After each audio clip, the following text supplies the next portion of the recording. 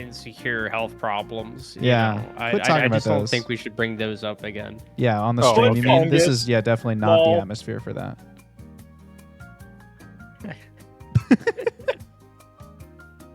I don't know why we're laughing. That's a very serious subject. I just can't take Cleo seriously. No, I was trying to see how long I could not laugh while Let's saying put our that loading out screen. loud. There you go. Look, little loading screens. Little loading. Everybody loves loading Yeah. and screens. Reloading. Nice. I was gonna say, speaking of some like D&D related things, Baldur's Gate. Anybody else? Yo, Like I am in Act 3. I am as well. I'm not gonna lie. I'm starting to see what people are talking about. About When they talk about the acting. Act 3, you're like, yes, this is what they're talking about. Well, like it's a little. People say it's a little unpolished. Mm. I have First- had on this is not a spoiler, on PS5 I have had the most frame rate like stuttering like and pop in Act 3 for sure. No, Right. I'm not on PC, I'm on the PS5, but I don't have issues with that on PC. What I do have issues with is some of the writing oh. or just Oh. how certain things are set up. It just feels like They got lazy. they pulled up some cool things and then they were like, but we got to take care of it real quick. We don't have time Yeah, to me the I feel like in Act 1 and Act 2 it always felt like there was something I was excited to do, if that makes sense, versus in Act 3 I'm at a point now where I've done a couple things that I wanted to do, and then now like the next part, the next clear path for me seems like something I am not like. I'm like, okay, fine, I guess I'll do this. Yeah, I'm if that in makes sense. cleanup mode right now, where I think like I don't want to accidentally progress too many major plot points. I'm a like completionist. Don't leave I'm those not- loose I'm ends not- untied. I'm not really a completionist, so I'm just kind of like, because I'm 35 hours in now, and into this one save, and like I'm kind of like, okay, I'm ready to like get to the end. Like I'm loving it. It's a good game. It's a great game. All But- good things. Like, Yeah, I probably put at least 150 hours into this save. Whoa. I wonder how many hours we've put into our campaign. Oh, Like not episodes, but like how many hours? a crap ton. Hours. Oh god. Yeah. If we're just talking like when We we're get the runtime live of the or like podcast. Yeah, just when we're live. Like how many gameplay I hours? was You know gonna what? I say, could whatever do it is, quadruple it, and that's what Josh has put in. True. we currently do roughly about 2-hour sessions, but we used to do closer to 3-hour sessions when we first started. And we do have the occasional like, oh, we went way over 4 hours because this was amazing or whatever. Like we have Right. that sometimes. So I think statistically we can put the average at about accounting for all that about I'm gonna say 2.4. Sure. Call it 2.5 because it's easier math. 2.5. All right. And 2.5 then we have days we missed. hours. Okay. And how many days do you want to include Tavern Talks? I think that's Yes. like a part of that. Sure. So just in general, we do this about. I'm doing the rough math here. I think it's been 2 full years last week, right? Because the first Wow. week was the week of my birthday. Because we did Dawn of Oh. Worlds in August, and it landed like the week of my birthday, and we were all like, "Oh, it'll be like for Josh's birthday that we're starting." And we do this once. We always did it once a week, right? When we first Yeah, started. it's always even. been once a week. So 52 times 2, because there's 52 weeks in a year. Yep. 104 times 2.5. So 260. That seems like a low estimate to me. I'd probably give or take 40 hours. Probably more give. Maybe like 300 hours is what you're thinking. I would say 300 is my rough estimate of how many hours we have put collectively into live play. I could believe that. That's similar to the amount of hours I put into Black Ops Cold War before I stopped playing that. It's good to know like your priorities and the roles that you're able to fill in your own life with different kinds of media. Here, wait. Let me I was in check. college. I needed the distraction. Okay. The distraction That from what? is- Achieving things? Yes.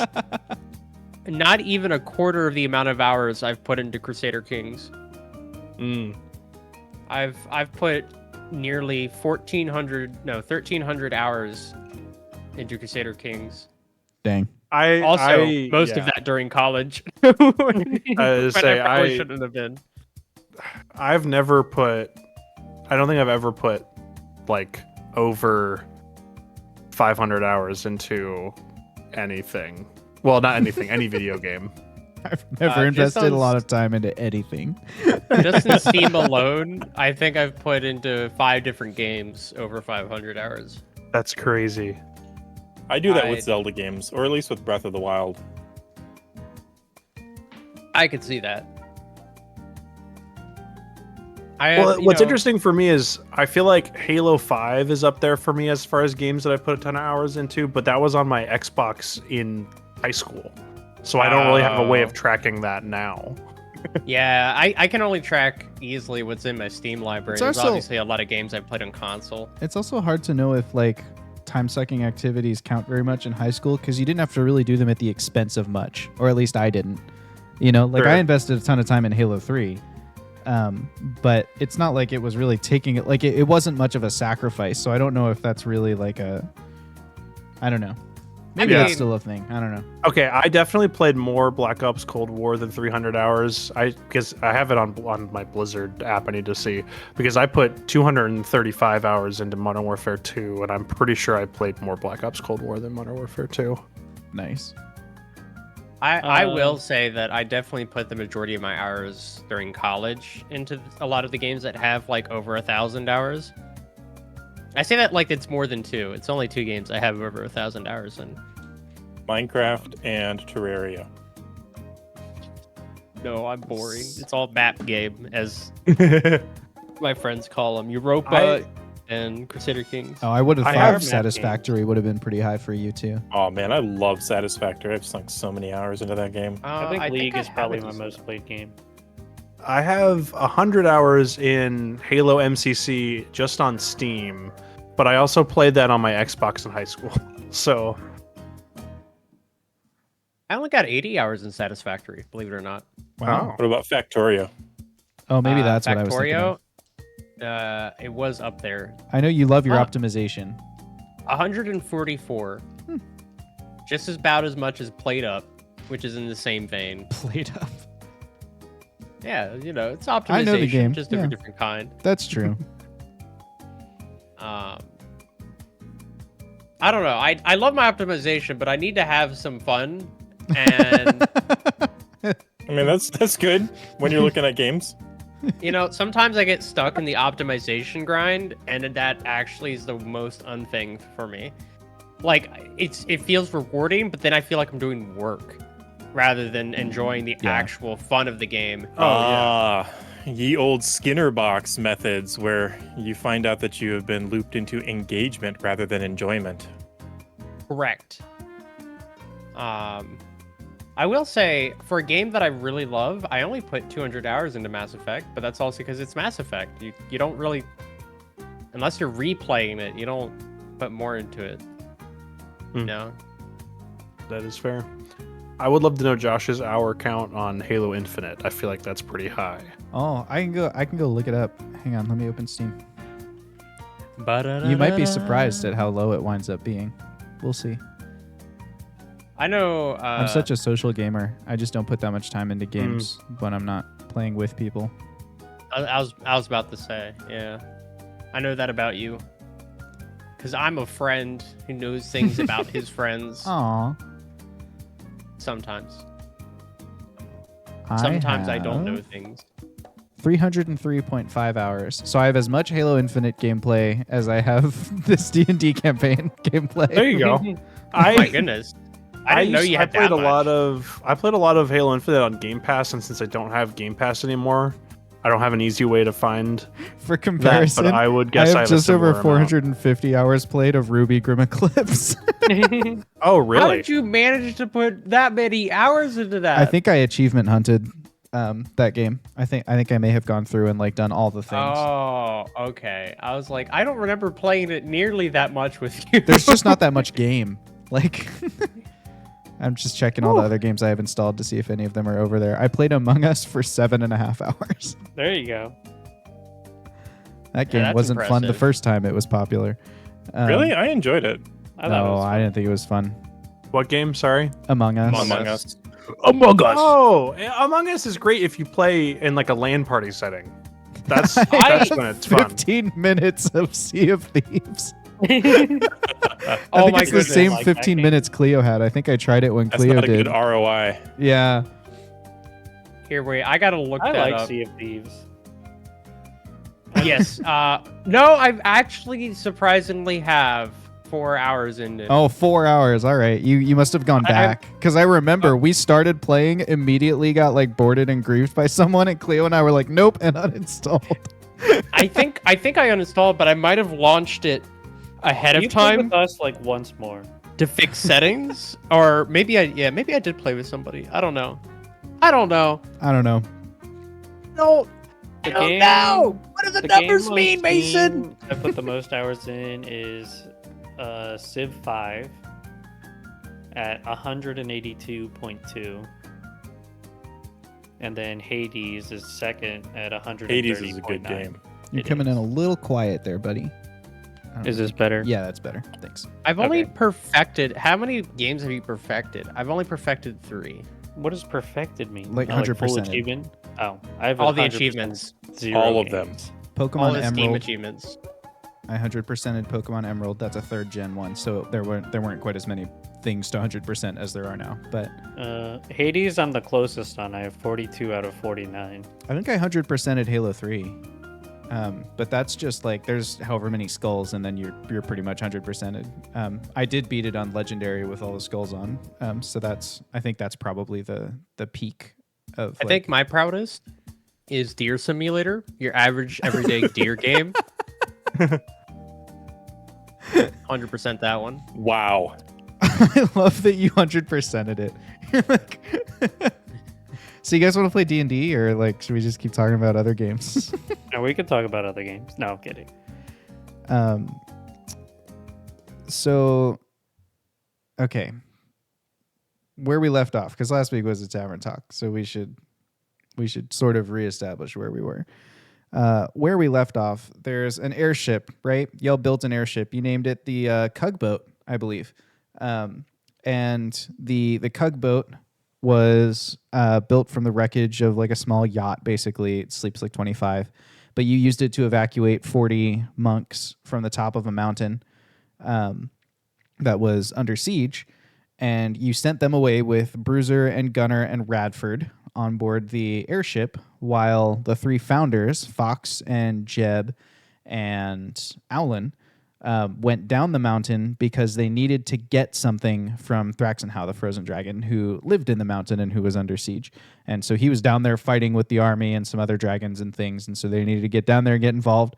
They had some high-stakes, high-altitude adventures, which you can just listen to if you want, but they ended in Jeb eventually convincing Thraxenhau to give him a frozen dragon's tear by saying that he would worship it. And Thraxenhau was like, well, yeah, obviously I deserve worship. Here's a thing to worship. And so they kind of established that and fled in the cipher truck. And so we begin tonight's D&D session, kind of knowing those details as they kind of flee off into the distance. We begin tonight's D&D session with Bruiser making a roll. Bruiser, roll a survival check for the landing. Okay. Rolling an apple cat. Aren't we all? You said survival. Survival. Can I add proficiency? You're proficient in piloting. 18. 18. Bruiser, you are navigating the airship back down towards Stonefield. In fact, here, let me throw the map up on screen really quick just so people can get a sense of what we're looking at here. So Stonefield's at the bottom left of this map. That's the east for those of you who know things. No, it's not. That's the west for those of you who know things about cardinal directions, which I obviously don't. Thraxenhau's domain, which they're fleeing, is off-screen to the west. So Stonefield is kind of the meeting point here. It's about 90 miles away, so it's far enough from the army that if they've made it this far, they've probably evaded pursuit. And that's where we currently find ourselves. As the thrusters kind of roar, firing straight up into the air, and kind of holding the belly of the bulbous cugboat against the ground just outside Stonefield. From the cockpit, Bruiser and Radford, you look out into the approaching night as a small silver cipher truck comes speeding towards this aircraft from the west. Fox, roll a survival check for the high-speed driving. Oh boy. And you are not proficient. What? What are you talking about? All right. So, a 9. Pretty good number. A 9. Great. Alone in the back of the cipher truck, Fox and Owlin are sitting in the front. Jeb has created a sort of cushion out of dirt and magic to protect the fragile frozen tier of Thraxenhau. For the immediate future, this cushion is enough to insulate the tier, although eventually he'll have to figure out a solution to keep it cold. But right now it's keeping it cold enough because it's already frozen. Jeb, I would love you to give us a small word picture of Jeb's experience as the cipher truck thunders none too gently towards the cugboat, and Jeb tries desperately to prevent the tier from breaking or jarring too heavily in the back. Yeah, so like imagine a waiter on a sailing ship and holding a plate with a glass of water on it, and the ship is like rocking back and forth, and he's kind of doing the thing where it's like his body is going everywhere, but the plate is like staying level with the glass, and so he's like holding on to the crate. And he's like standing up in the back. He's kind of braced himself. As everything's like jumping up and down, he's like doing his best to like shake this thing around to keep it like as stationary as possible.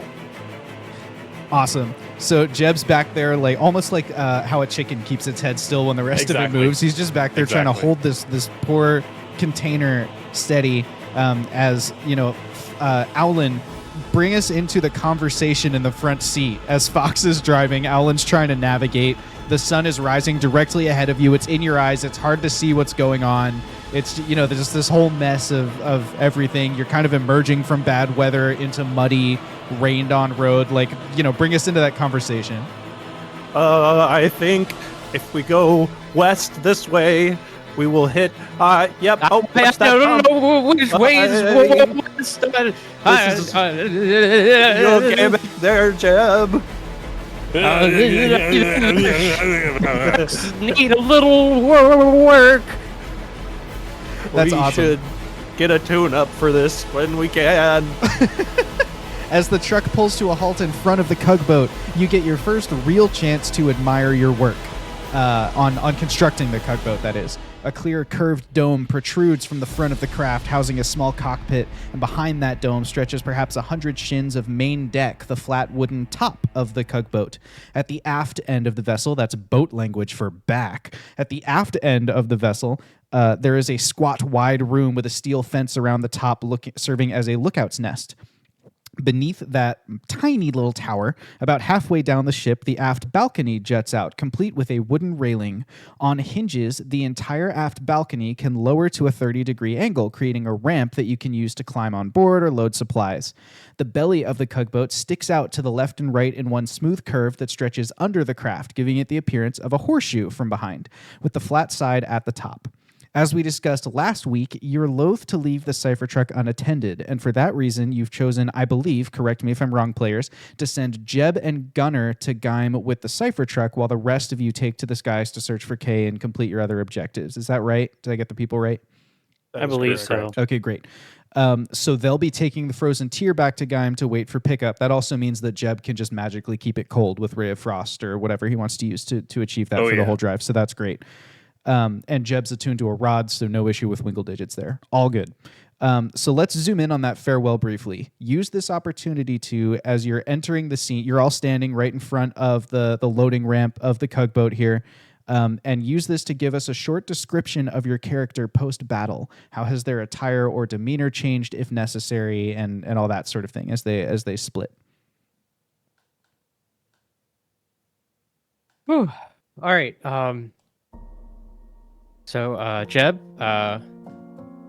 here's the clutch. What? Here's the. I can't hear anything. Like this, it's like rattling around in my head back here. Fox, should you really be giving a tutorial on the cipher truck given how you pulled up here? Well, and also just to, You mean in one piece? I'm gonna be driving it because Oh, he's you're gonna be keeping- driving. I mean, yeah, he's gonna be keeping the tier cold. Okay. So Okay. Well, Gunner, here's the clutch.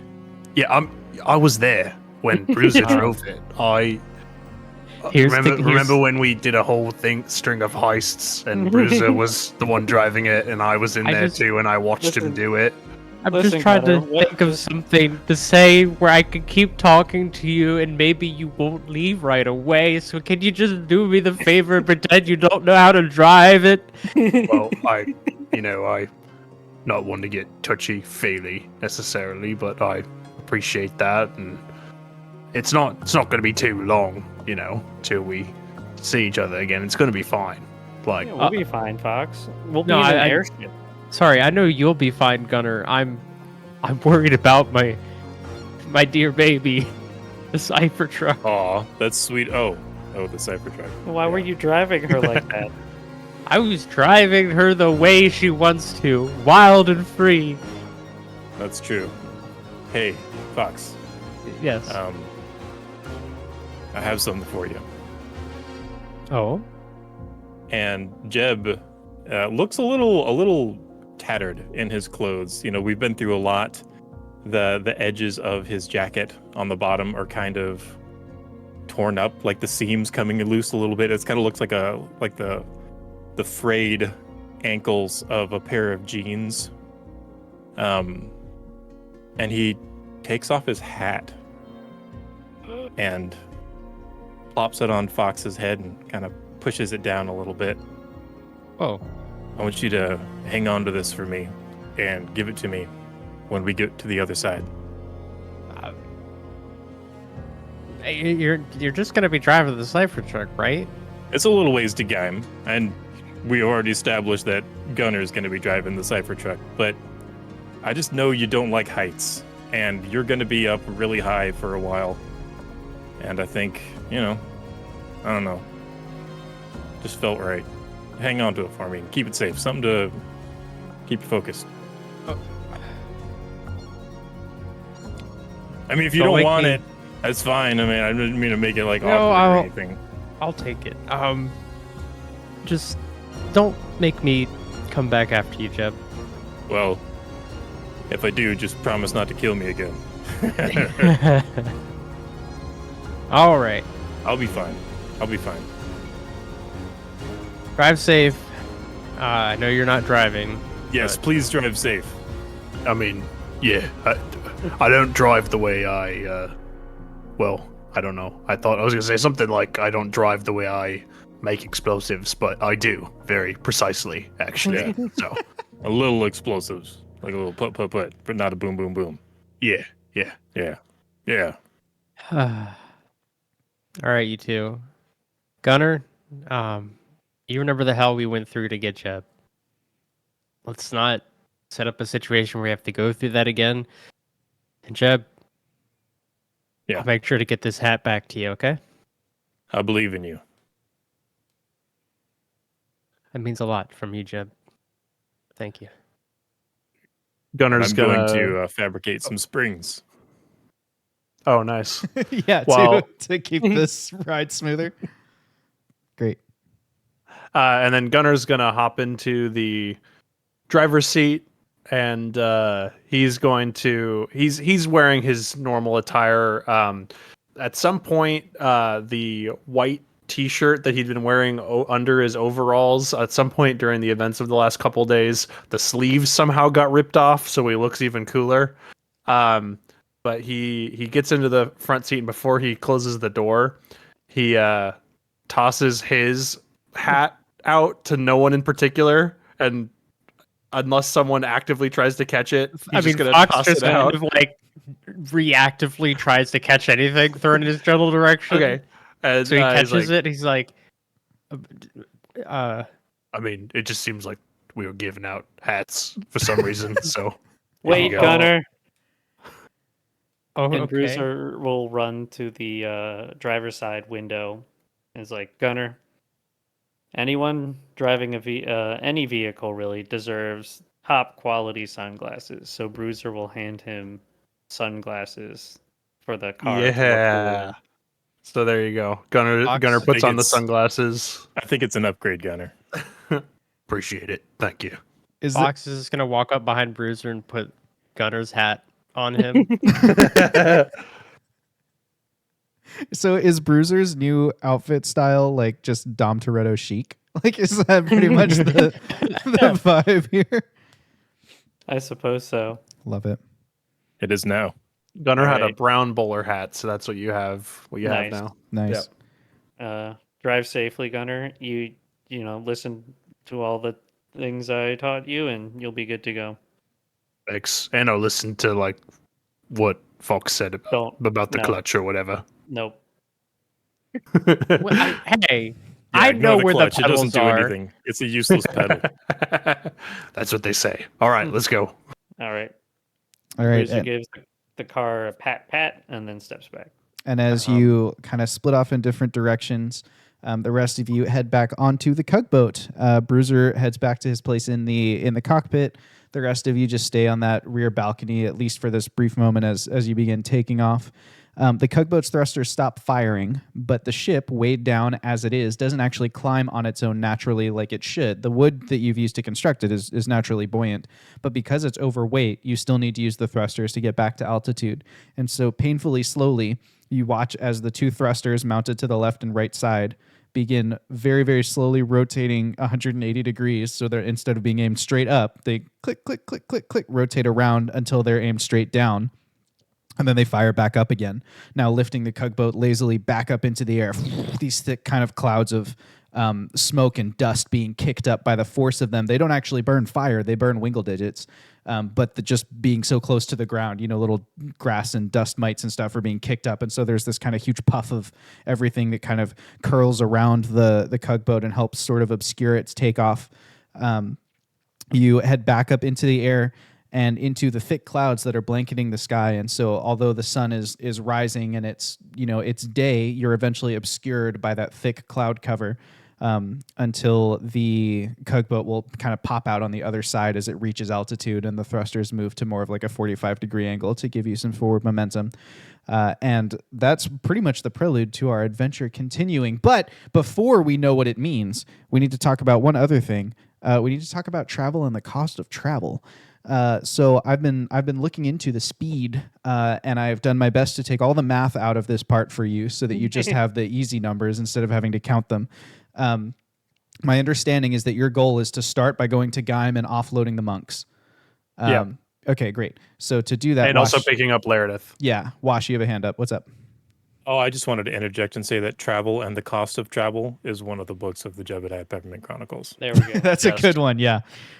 So I started with a normal sailboat, something that's propelled by just the air currents around it. A sailboat travels 24 miles in a day in D&D. I rounded up to 30 because 24 is a stupid number.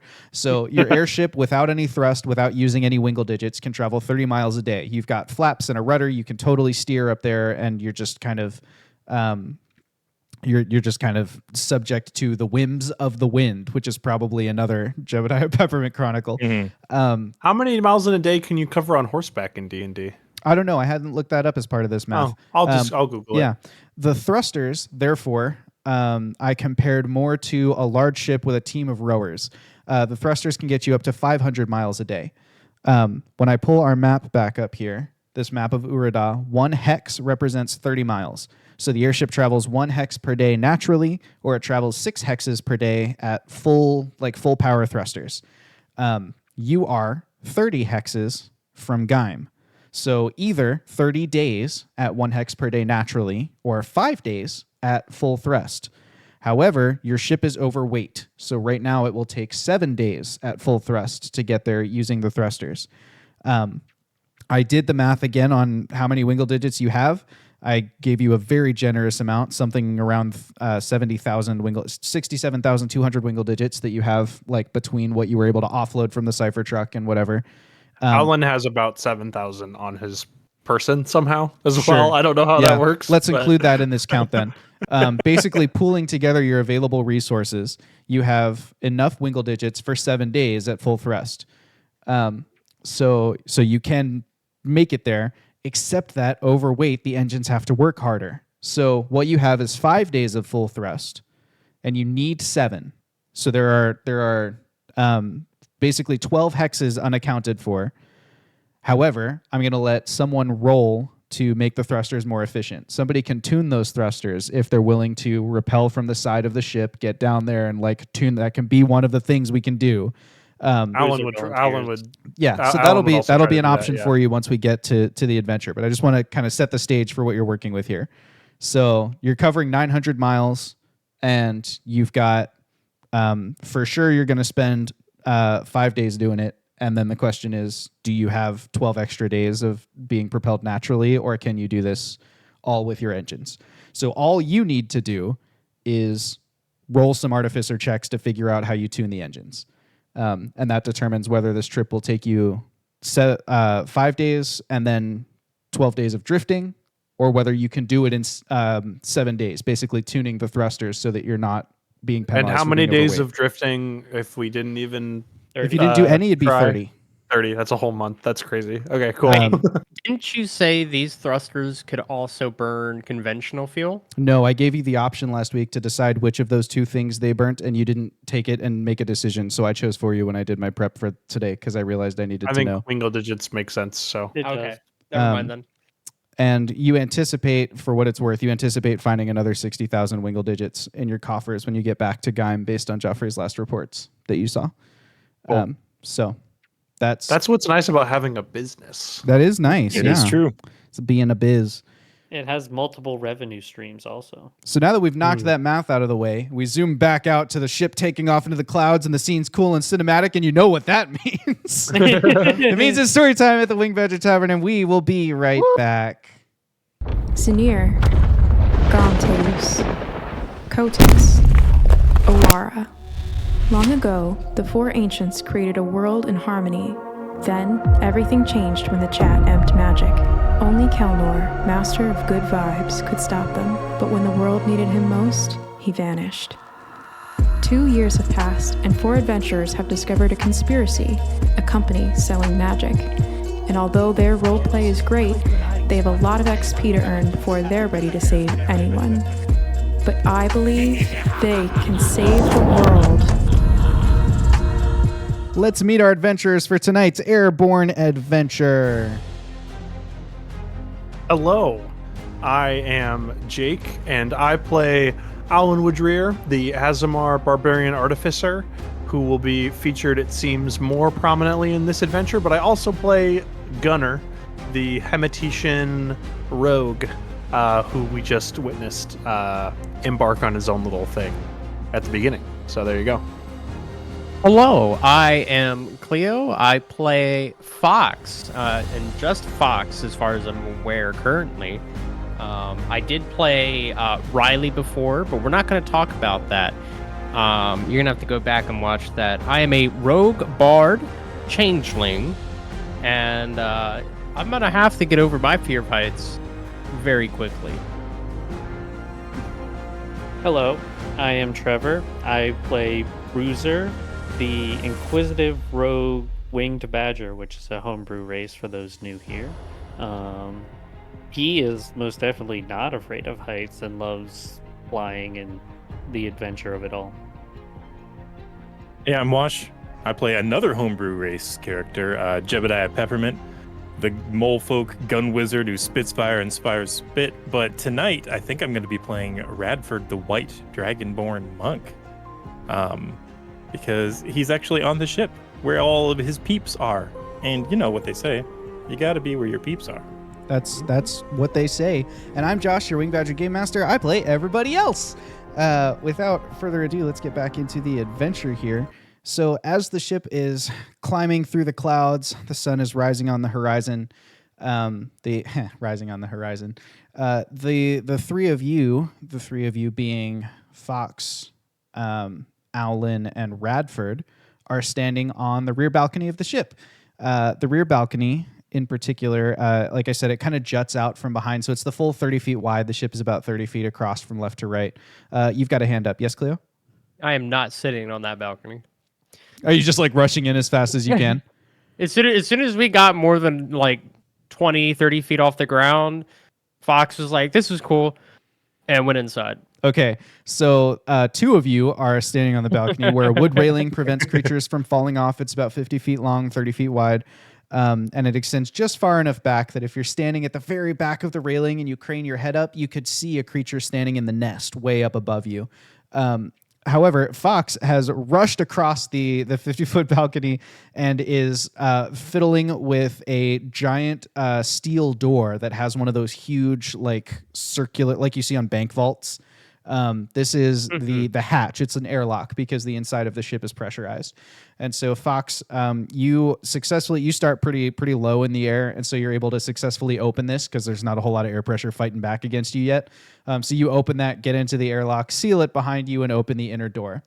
You find yourself standing on a like a lushly carpeted spiral staircase. The stairs are pretty steep, but nonetheless, you find yourself kind of standing there, and you can go up or down. Fox looks up and down, takes a deep breath,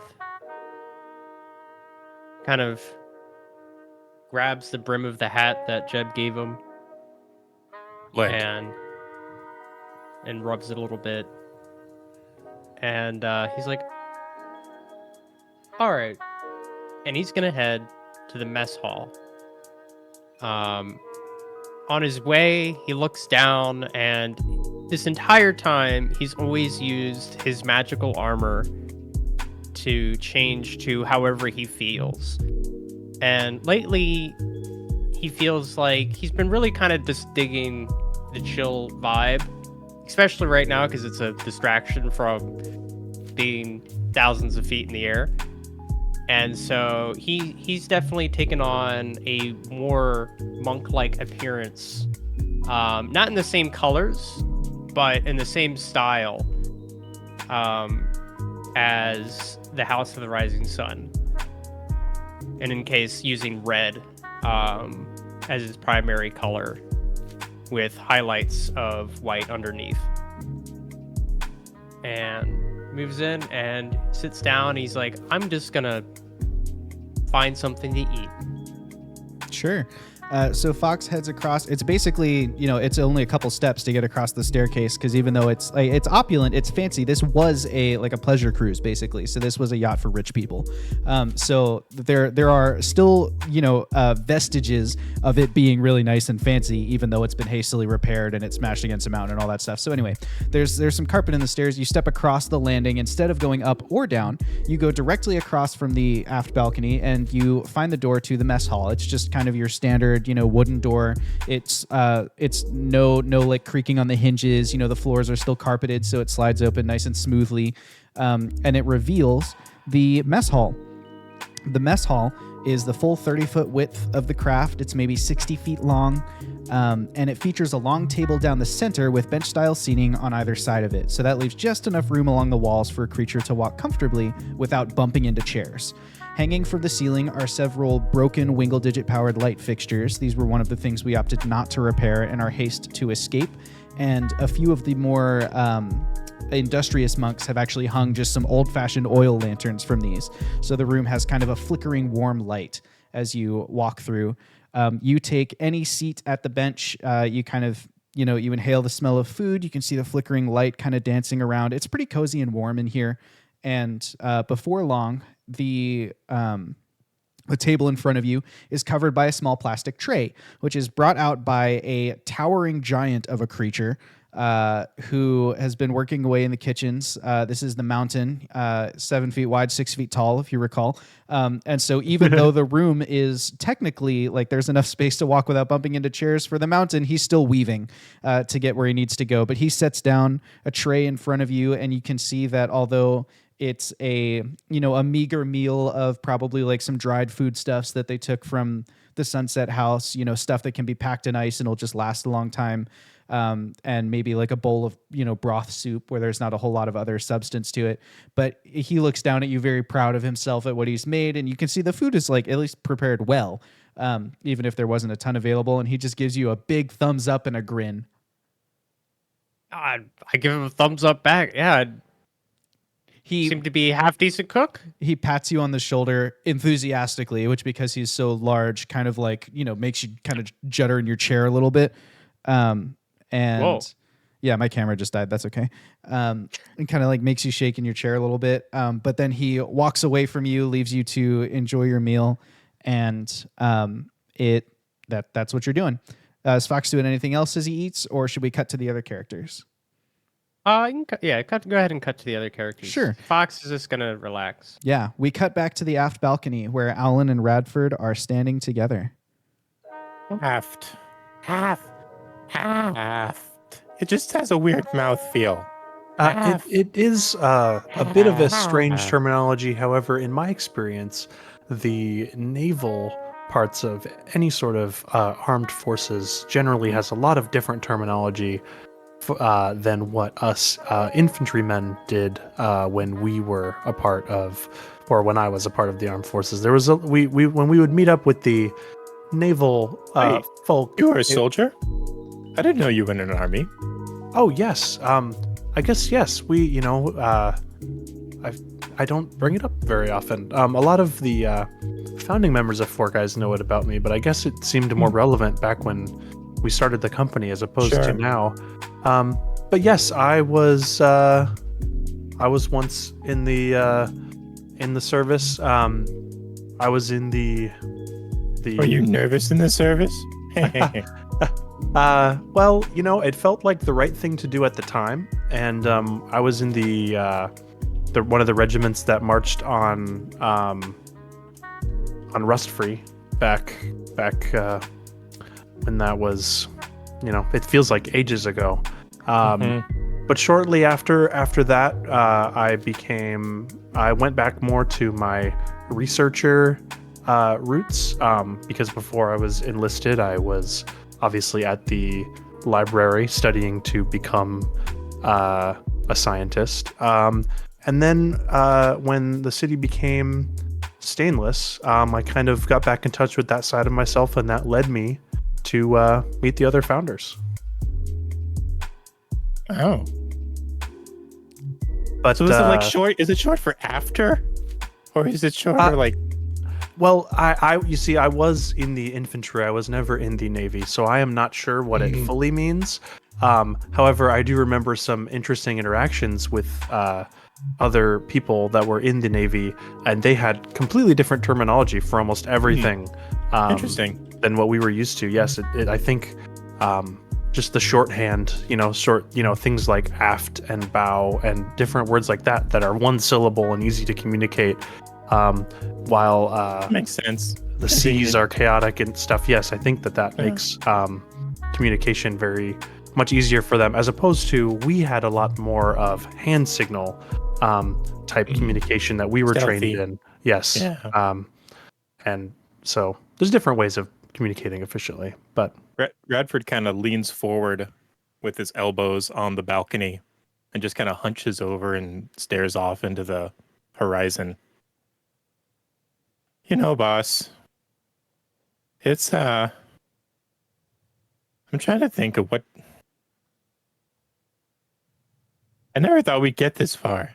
And I don't really mean like I didn't have faith in us or anything, but you know how when you put a plan together and you got a goal or a dream that you're chasing, kind of forget when you're in the middle of it to visualize what it's like when you're there. I don't really know what's coming next. Like, I feel like finding Kay is just around the corner, and I Mm-hmm. kind of don't know what to do about that. Kind of nervous. I need dexterity saves from everybody. This is our first complication die of the night. Ooh. Oh no. Ooh, that's a no from me too. 19 for Bruiser. Alan had a 3. That's a straight 3 on the die. Oof. I had 11. a 2 on the die plus stuff. I got an 11. Only Bruiser passed. The others of you. Didn't you say Bruiser had 11? No, Bruiser got a 19. 19. Fox had an Oh, 11. my bad. My bad. So Bruiser, ignore this part. I'll get to you in a second. Okay. The other three of you, all of you are thrown from your feet as the ship hits some turbulence. There is a railing on the aft balcony, and you are able to grab it, Alan and Radford. It's not like you're thrown from the ship. But just coming out of the clouds, the ship hits some turbulence, whatever. Bruiser, you are able to react quickly enough that the ship does not drop or lose any altitude. And you're also, because you react so quickly, you realize that what you've experienced is actually some kind of hiccup in the feed of Wingle digits to the thrusters. One of your thrusters went out for a second and came back on again. And so that's going to need to be addressed, or this problem will probably continue to happen. So that's a Bruiser thing. So yeah, I guess talk to us about Bruiser's immediate response. He's the only one in the cockpit right now. And then we'll cut back down to... B Street's in the engineering room, so he's downstairs. He's the one who's feeding Wingle digits to the thrusters. He's sabotaging the ship. So obviously we don't have like walkie-talkies or anything, but there are sending stones mounted to the wall of the cockpit and the engineering room. Unfortunately, they're not functioning because we left the onboard electronics out of our repair systems. That's right. Alan spent like 1 day on it, but I don't think it ever got Would finished. they work with the rod magic? No, because they were Wingle digit powered to begin with. They weren't actual magic items. Wait, really? The ship was like, its original systems were built on Wingle digits. They must have been early adopters. That's actually... Would Alan have noticed that previously? It would probably have fascinated and confused him. Yes. You're asking the right questions. I'll put it that way. That fascinates and confuses me right now. Yeah. I guess there's no system or way for Bruiser to communicate with anyone, so he'll have to just stay in the cockpit to control the airship until someone comes up, I guess. He can't leave it. Okay. It'll steer itself away. Like, I don't think Yeah, there's that makes an sense. autopilot either. Probably not, no. Okay, so then let's cut back to Alan and Radford, who are talking about how it was... Radford was saying he was trying to visualize his goal, but he kind of lost sight of like, but we might actually do it, you know? Alan, at the turbulence or the shutter, Alan will actually look over the side and check on the thrusters. Does he notice anything off about them or anything like that? Roll an artificer tools check. Yeah, I bit my tongue. Ah.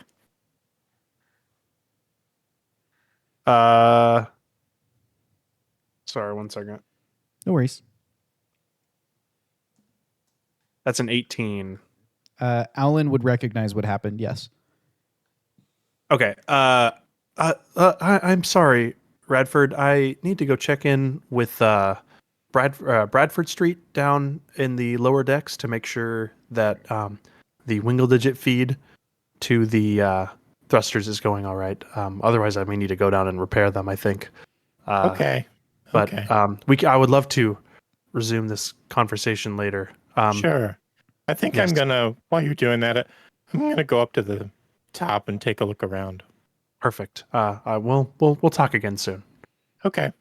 And Alan will go down and check on Bradford Street, make Certainly. sure that. So that's Alan going heads through the hatch, through the airlock, that big steel door, onto the opulent main stairs, and he spirals down one level. So there are 2 decks within the hull of the ship, and then there's the main deck, which is just the surface on top. So Alan walks in on the first deck, goes down 1 floor, and then he walks in through... you have 2 options. If you look at the map here, the cabins are not connected to engineering because rich people don't want to hear all the boiler room noises.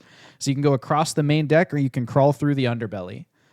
Also, chat, for your information, I sent a little side view map of the ship to the players earlier today. You can see it in our Discord, but we're going to describe everything to you. So without it, it's not like you're going to miss any exposition or get too lost. You'll miss out. Join our Discord.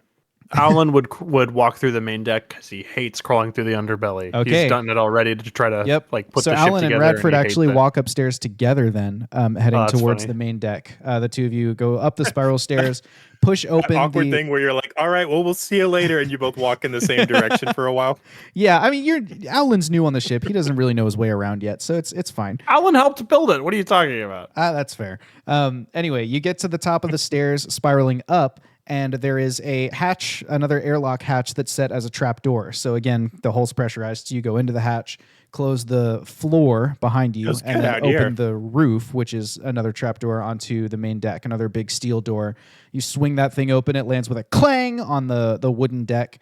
You step out, and Alan leaves towards the fore of the ship, heading towards the front. So he's got 90-ish feet of deck to cross. Radford is going to stay at the back of the ship and climb up the ladder to the nest. He's going to the nest. That's where he's going. We'll come back to Radford. We're going to follow Alan first. Alan goes across the main deck. The main deck is it's fairly flat and boring. I mean, it's around 100 shins of thick wooden planks. It's laid over top the ceiling layer of steel. Of the pressurized part of the ship, and then it's joined with thick metal rivets, which create these large bumps along the deck at regular intervals. There's just a simple wooden railing on both edges, stretching the length of the deck, so it joins the room at the rear of the vessel with the cockpit at the fore. The deck's 30 feet across, just big flat square. And there are large steel eye hooks distributed across its length so that you can lock a rope harness in if you need to rappel down the side of the craft for repairs. For whatever reason, you bypass all this, Alan, and you head straight to the cockpit, it's just a wooden wall and a door. So you can just open the door and head into the cockpit, which you do, which brings you into the room with Bruiser. The cockpit, besides that wooden wall, is all lens. So the walls, the ceiling, it's just one big curved lens over top of, it's almost like a right angle bracket, right? Like there's a wood wall at the back and there's a wooden floor with a hatch in it to get to the crew access to the working side of the ship. And then there's just lens everywhere. So you have an almost unobstructed 360-degree view, except for straight down where the floor is. Bruiser stands in the middle of it, surrounded by, knobs and dials and levers and things. And Bruiser, you hear Alan open the door, you turn around and see him walk in.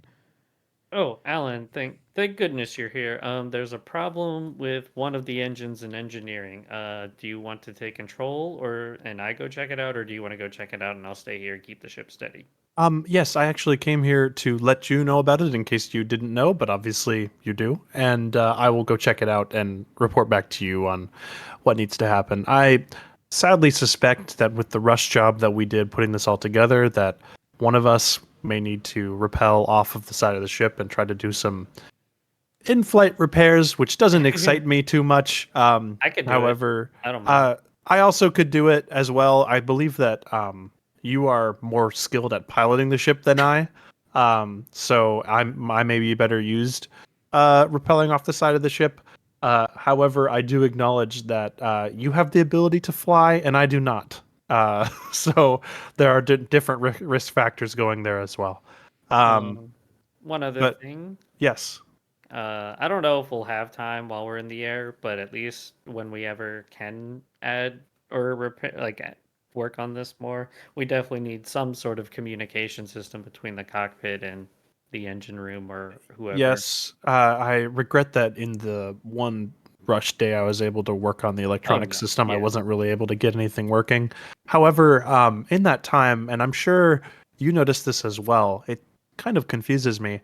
It seems that a lot of the systems do run or did run on Wingle digits originally in this ship, which surprises me as I remember it. Wingle digits were introduced after the darkening, and this ship would have crashed literally as the darkening happened, or at least that would be my suspicion, or at least that was my suspicion before. So the timeline of this ship being created as well as crashing seems a bit unclear to me, and I don't know if you have any thoughts on that either, but it's been perplexing me the last couple of days. I haven't had much time to think about it, but it still is interesting.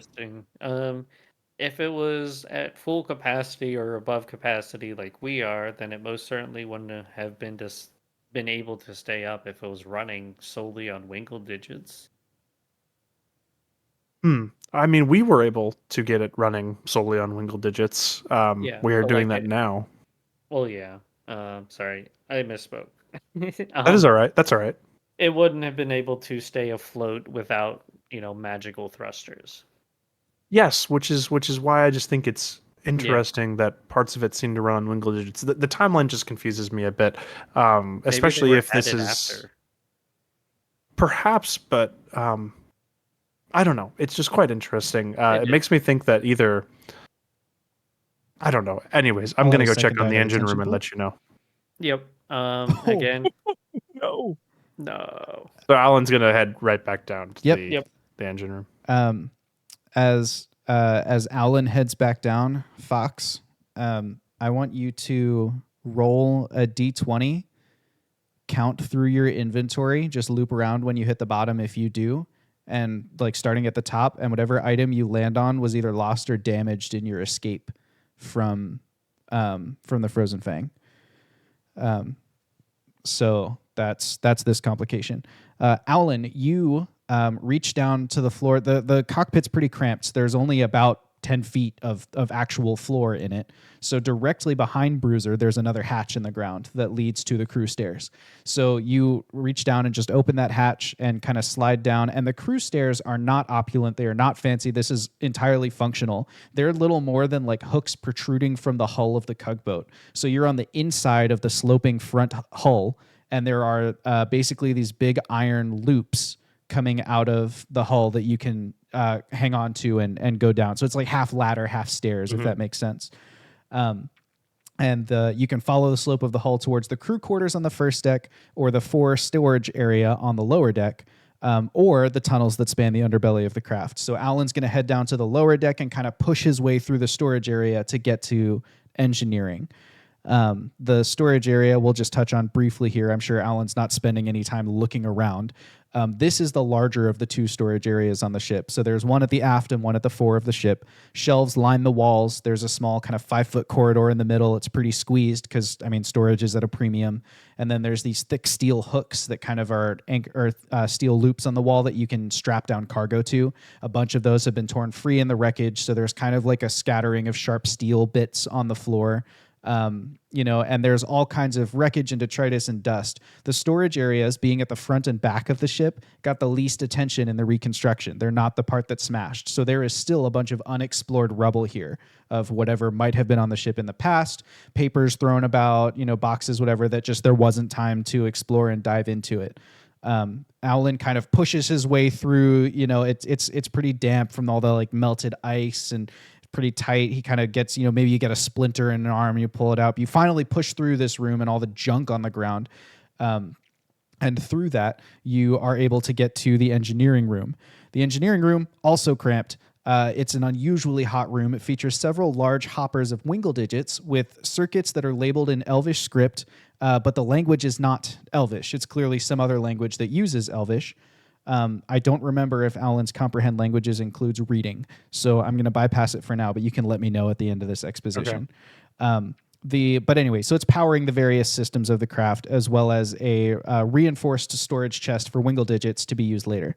It also features backup controls for manipulating the angle and power of the thrusters and the flaps on the 4 fins sticking off of your ship in the event that the cockpit systems fail. So a similar set of levers and dials and buttons to what Bruiser is seeing up in the cockpit. There's also a stone of sending mounted on the wall that would be really helpful if only we had had time to fix it, but we weren't able to repair it. And in the middle of it, looking a little frustrated, is B Street, Bradford Street. He is a winged badger. He's got his lumberjack's axe leaning against the wall in one corner, and he is he's up in the air, hanging from a pipe. Coming from a hopper of Wingle digits leading to the left side thruster of the ship. And he appears to be trying to tighten a joint, but he doesn't have the body weight to like tighten it successfully, like he's still a small creature. And so as Owlin comes in, he turns around and goes, Owlin, I'm so glad you're here. Can you give me a hand with this? I think this bolt came loose and I think it's interrupting the flow, like it's sticking into the pipe and we need to kind of reset it.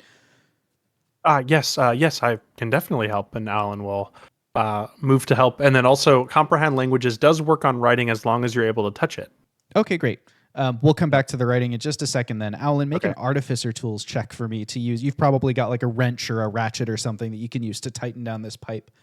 Nat 20. Nat 20. Psh, easy peasy. Owlin sees the problem, resets it, and he does it in such a way where he's like, if we had left it this way for a few seconds much longer, then the shaking would have made it that I would have to go outside and adjust the thruster. But because I was here in time, I was able to fix the problem from inside the craft, and I do not need to rappel down the wall on the outside of the airship. So you get that taken care of.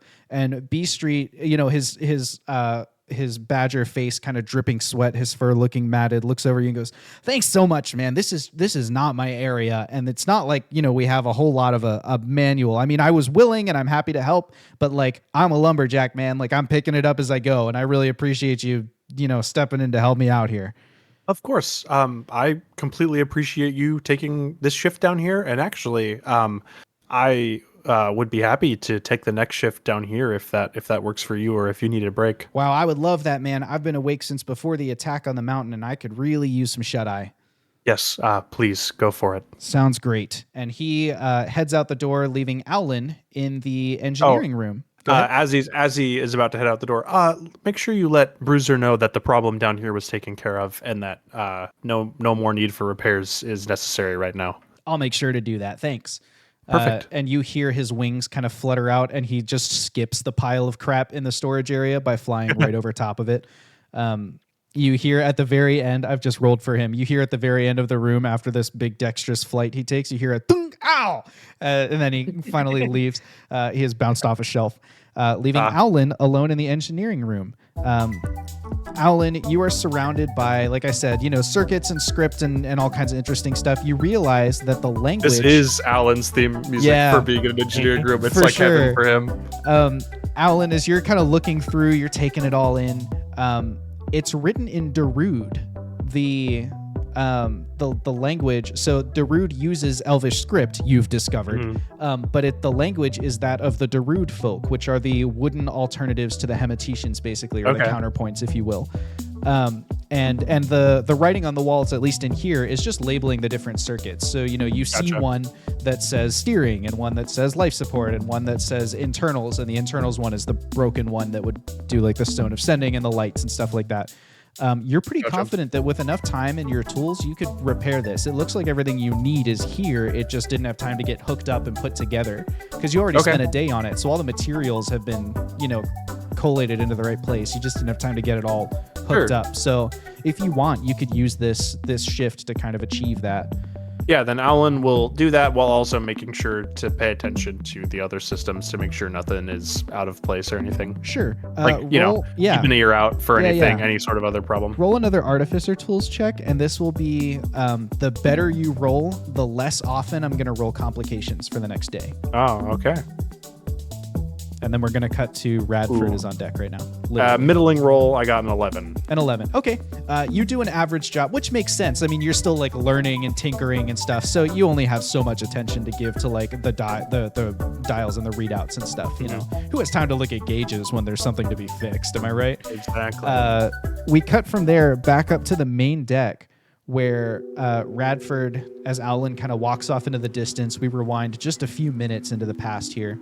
You kind of stand there. Off to each side of you, clouds stretch like an ocean, looking almost like little waves or ripples. The sky is completely covered by these clouds, thick gray clouds. The sun has climbed over them, so it's plenty bright.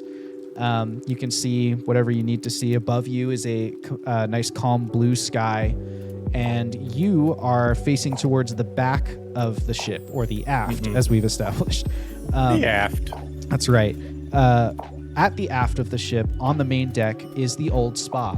This was a pleasure cruise boat, and so there was sort of like a meditation spa type room that's been repurposed, but instead of going in there, you climb the ladder on the outside of it. There's a steel ladder, and next to it, a single steel beam with a rope harness clipped to it that you can put on if you so choose. Does Radford use that or no? Radford has already established that harnesses and like safety straps like that are completely unnecessary.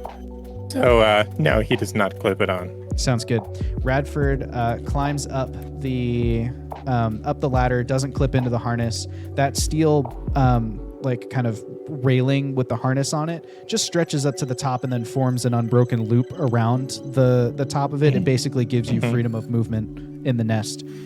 Instead, you find yourself standing on the nest. The nest is probably 20-ish feet in diameter, not quite circular. It stretches the 30-foot width of the ship and then 20 feet front to back. So it's more of like an oval.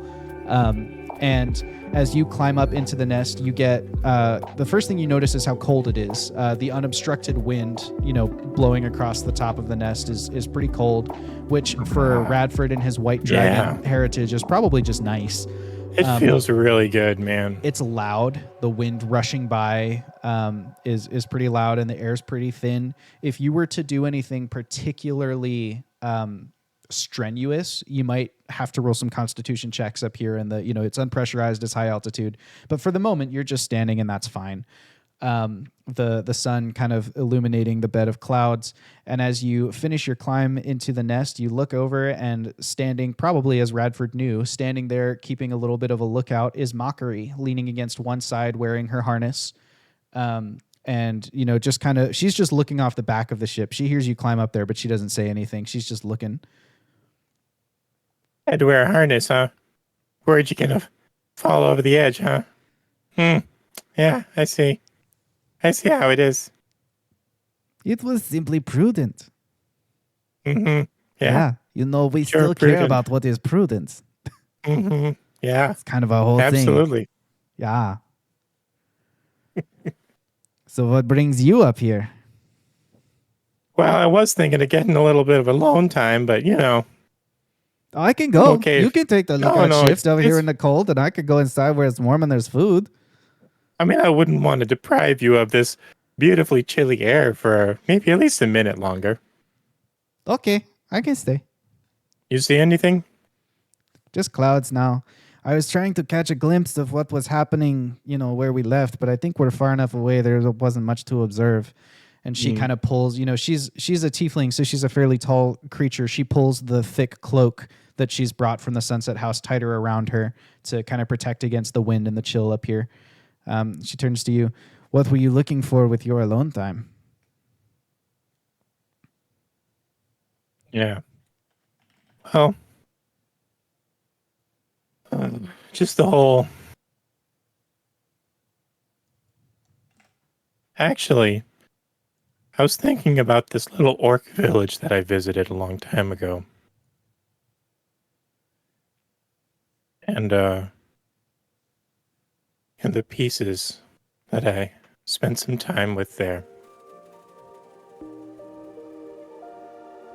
I never told you about that, did I?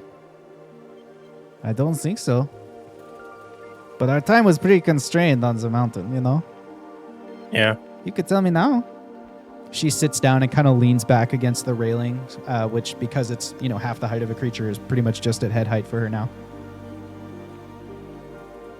Bradford will kind of lean back against the railing, kind of stare off into the clouds. My injustice was the death of Dorana. Do you remember Dorana? I do. Went off to Arivale. Yeah? Mm-hmm. Yeah. When I got there, well, Dorana meant a lot to me. She took me in and trained me up. You know all this, but when I heard that she died, I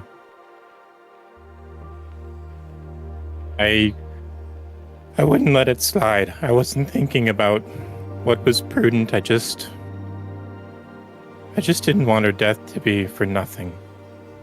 And I felt like I had to go and make sure it was for something. Well, you know what Solfenig always said. It's hard to be prudent when it's personal. No? As much as I dislike the wisdom of Solfeniga, he does have it from time to time. And you shouldn't ignore somebody that you disagree with when they're right, just because you disagree with them. But anyway, when I made it to Arivale, there was found out that there was some resistance group there that was trying to fight against something, and decided the best way to do it was with a large amount of explosives and collapsed a large portion of the city. Just trying to stop whatever it was, regardless of the cost. And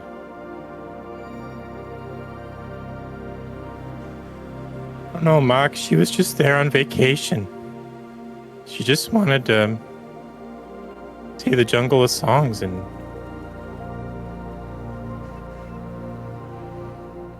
it just didn't seem right, for her to serve in the Solus for so long and to devote herself to justice and just go down like that.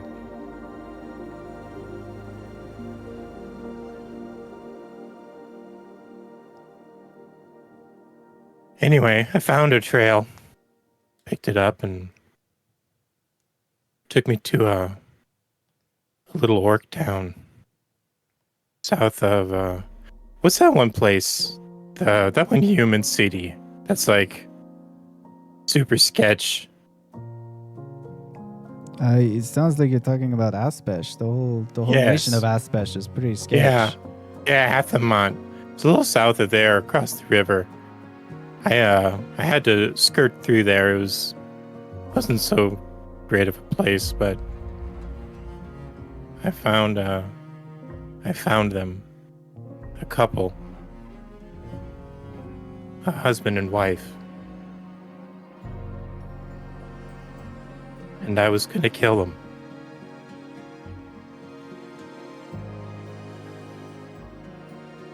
And then I was in the bushes, you know me, super stealthy, that's me. They were fighting with a kid. Kid tore off the little orc boy. And, I don't know, it made me think that there's always somebody above you and there's always somebody below. So I decided to keep my cover and just talk to them. I pretended to be a guest. They welcomed me into their home, and we talked for a long time. It was one of those things where, you show up and you have a little tea, and before you know it, it's in the middle of the night, and you're still talking about life and purpose and prudence and revenge and... Sounds familiar.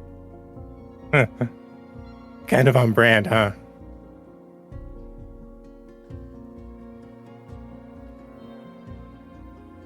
They told me about Kay and encouraged me to look deeper into the ways of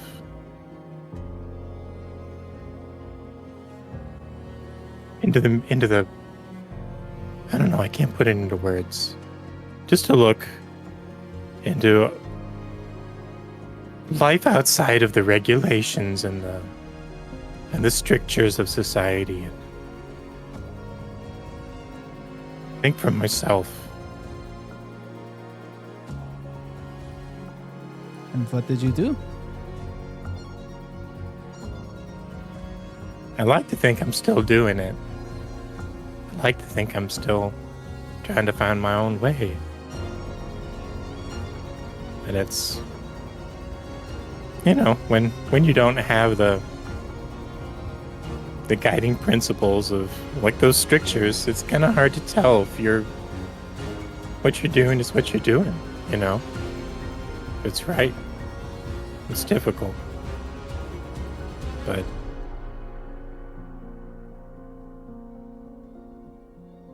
I let him go. Had a change of heart. And I couldn't enact justice on them. And so I just never returned. I had to become a citizen of the world rather than a member of the house. So I've been, hunting and looking for things and trying to find Kay and see if he could help give me the answers I'm looking for. I kind of like I don't know, it feels more me. To just feel the vibe, read the room, and not always just feel like you got to do something. Sometimes not doing something it's a good move. It's okay to go back on previous decisions because I don't know, maybe they were rash, maybe they were done with an evil heart. But maybe not. Oh, I mean, if I would have straight up murdered them, yeah, that would have been done out of blatant vengeance and an evil heart. Yeah. And I couldn't because you're not evil. well, Have you considered that what you did was exercise prudence? And that perhaps instead of failing your pilgrimage, you had fulfilled it? I mean, not when you put it that way. Maybe. I don't know, but I feel like every time you talk about prudence, it's just like, oh, but prudence. I don't know. I feel like it's more than that. Is the core virtue. The balance of prudence against inaction. You have to take the action when it's necessary, but you have to find a way to be prudent without falling for it. Right? Prudence is the virtue. Prudence, Inaction if it's prudence is the and vice. inaction, and I chose inaction, you're saying that's prudence. Like I don't get it, Mark. You have to be prudent to a point, and then you have to take action. You chose to leave. That's the action. The prudence is determining that in this case, it was not just to continue on your current course, and you changed course. Well, tell that to Solfeniga. I don't think I can. I'm pretty sure he died saving everyone, getting us off the mountain. That's true. She tries for like the third time to light one of her cigars in the rushing wind of the nest, and it still doesn't light. She goes, never mind. And she puts it away. I keep telling you, a pipe is the way to go. It's got like the little, it shelters it from the wind. Maybe I know so. you like those, but I just think it looks cooler to have a cigar than to have a pipe. You're Pipe not makes wrong. you look like a detective. I don't want to look like a detective. I am. But you're a detective. You're right. Of course I am. What do you detect? Well, now I detect vibes, but searching your quarry takes, it takes smarts, it takes detectiviness to follow a trail. I'm a detective, okay? I detect things. I detect a little hostility right now against my core values and abilities. See? I'm not trying to be hostile. I'm just asking the question. I know. I think I'm really upset that Solfeniga may be dead. Well, when I'm this just mad. When this is over, and you have found Kay or not found Kay, whatever. When we've resolved this adventure, you can go back and look for him. I'll come with you. I'd like that. There's a library there that needs to be restored. Oh yeah, you did the thing with the books. Did you finish in time? I was already on the airship. I was helping with the... Oh, great. Well, then we must go back to do that. We got to get all the books back. For Poltavar. That's what you would have wanted. Yeah, for Poltavar. She takes a swig from a flask and passes it to Radford. Like, Thank you Poltavar. so much. Thank you so much. I needed this right now. And he just like drinks the rest of it. Great. She's just like, that's fine. Thanks, Mac. You're welcome. Here. And she, as she walks past you to leave the nest, she slaps another flask against Radford's chest for him to catch. Hold on a second. It's full. And Radford pours a bit of the good stuff from his gourd into her flask. Take small sips, but I've been working on this for a couple years. Okay. Sounds good to me. And she deftly kind of channels her dancer background, hops off the nest, and just kind of makes the jump down to the deck. As she's going down, Radford kind of pokes his head over the edge and is like, "Hey, tell Owlin if you see him, I'm up here. Just FYI." Okay, if I see him, I'll let him know. And Appreciate it, Mark. she reaches down and hefts the main hatch open and heads down the main staircase, closes the airlock behind her, and wanders out of view. Just gonna scan the horizon. Go ahead and make a perception check. That's a natural one. All right, yeah. You're drinking. It's drinking, and yeah, I mean, he's just emotional, vibe dumped all over the place, and he's just kind of sorting through all of his It's thoughts. probably that like he's looking without seeing thing. He's still all in his own head. He's just looking at it. There's also he's got a lot going in his head right now. I mean, this really bad thing just happened to the Sunset House. And I think the reality of that is starting to sink in, and he's maybe got he lights his pipe up, and like the bubbles are getting carried away, but it's shaking a little bit between his teeth. I gotcha. Yeah. From the mess hall, Fox, you are just finishing your bowl of foodstuffs. I was gonna say, Yeah? speaking of finishing my food stuff, I'm helping. Just got finished helping clean up after the few turbulences we had. I'm in the kitchen, washing off my robes Great. and cleaning some dishes, trying to help out. Yeah. And the kitchen is a pretty interesting room as well. It's just beyond the mess hall. It's pretty cramped. I mean, it's 20 feet long, 30 feet wide.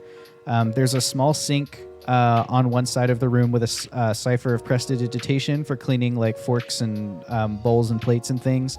And then right next to it, there's a slightly larger sink with a cipher of create water for things that you actually need water to wash them off. And so you're probably using that one to get, those ones, they're just the ciphers. You just cram some wingle digits in there and it goes. So you're able to just activate that one with 10 wingle digits, get some water and whatever, clean your stuff off. On the other side of the room, there are a bunch of cabinets lining the walls with heavy latches holding them shut so that things like turbulence don't spill their contents all over the room. And there's a single non-functioning cipher of light in the ceiling. Instead, the room is lit by a swinging lantern, just a normal oil lantern, suspended from where that light fixture should be. It's still pretty warm from the cooking, but there's no food sizzling on the stove at the moment.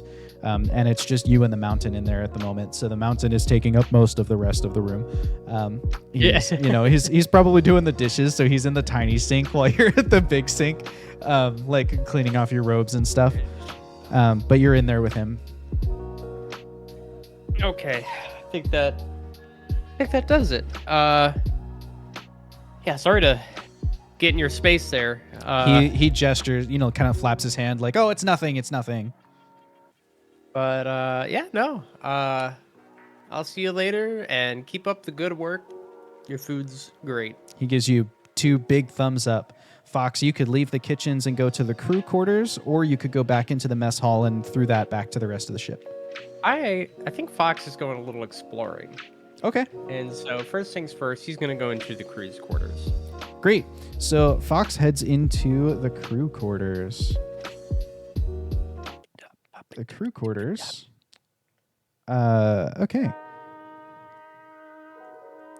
The crew quarters are another 20 by 30 foot room, this one filled with bunks, enough to sleep 6. So there are 3 bunk beds in the room. At the head and foot of each bunk is a small chest about the size of an adventurer's pack for personal items. There's a small bath area with like a curtain, walling it off with another cipher of create or destroy water for bathing, and another non-functioning cipher of light to light the room. This room is not as nice as the others. Obviously, you're in the working parts of the ship now, so it's just kind of wood floors. There's maybe a little bit of splinters here and there. It's still pretty quiet, like you're on the inside of the pressurized part of the ship, so you don't hear the wind or anything like that. But you do hear like the normal, like I'm in the in the guts of the ship kind of thing. You hear creaking of the wood and stuff like that happening. Okay. And right now, you're the only person in here, except for B Street, who is snoring softly on one of the bunks. You can see that one of the bunks, there's been like just a stack of bedrolls has been kind of crammed into a pile to make it longer for the mountain, because his feet stretch past the end of the bunk on the ground level. And then and besides him, there's nobody else in there. So it's just you. On the far side of the room, there's a door that leads to the crew stairs, that kind of iron ring ladder that you can use to go up or down. Or you can go back into the kitchens for him. Fox will make his way through quickly, not to disturb B Street, and his street name, as we all know. Yeah. And I'll head to the stairs and head down to the 4 storage. Oh, okay, great. You head down to the front storage area of the ship. Now, I've described this once, but we were moving through it pretty hastily. It is the larger storage area of the ship. So you go down one deck. You're on the lower deck here of the ship. And there's just a 5-foot corridor in the center of the room. And then the left and right of you are just like shelves line the walls. Now, these shelves normally would have like well anchored and secured cargo on them, but after the accident, a lot of that cargo has just been strewn about the room. And so there's a lot of like broken boxes and, dust is everywhere. You can see there's some different piles where a bunch of potions spilled and kind of sopped into the wood floor. And so now there's some stains there and stuff like that. It's just kind of a big old room filled with dust and rubble from the accident. Some of the goods in the room have been damaged by their exposure to the cold weather elements, but like surely something survived. The air feels kind of damp from all the melted ice, and it's pretty cramped and tight. There's little splinters in the wood and stuff, but it is warm now. You're still in the pressurized part of the ship, and so the temperature is livable. Right. Okay. Fox kind of just surveys the destruction. It looks over it and makes a cursory note in the back of his head that he might just come back here when he has nothing else to do, just to see if there's anything interesting. But he's going to continue upon his tour. Okay. On the far side of this room, leading basically back down the length of the ship, there's a door that can be opened, and it leads into the engineering room where Owlin is busily at work tinkering with a little circuit box or hopper of wingle digits on one of the walls. He's just in there, ting ting, kind of calibrating or whatever it is that artificers do. Besides that, you step into the room, and it's kind of like lined with dials and gauges and levers. There are 4 or 5 large wingle digit hoppers that basically feed into the different systems of the ship.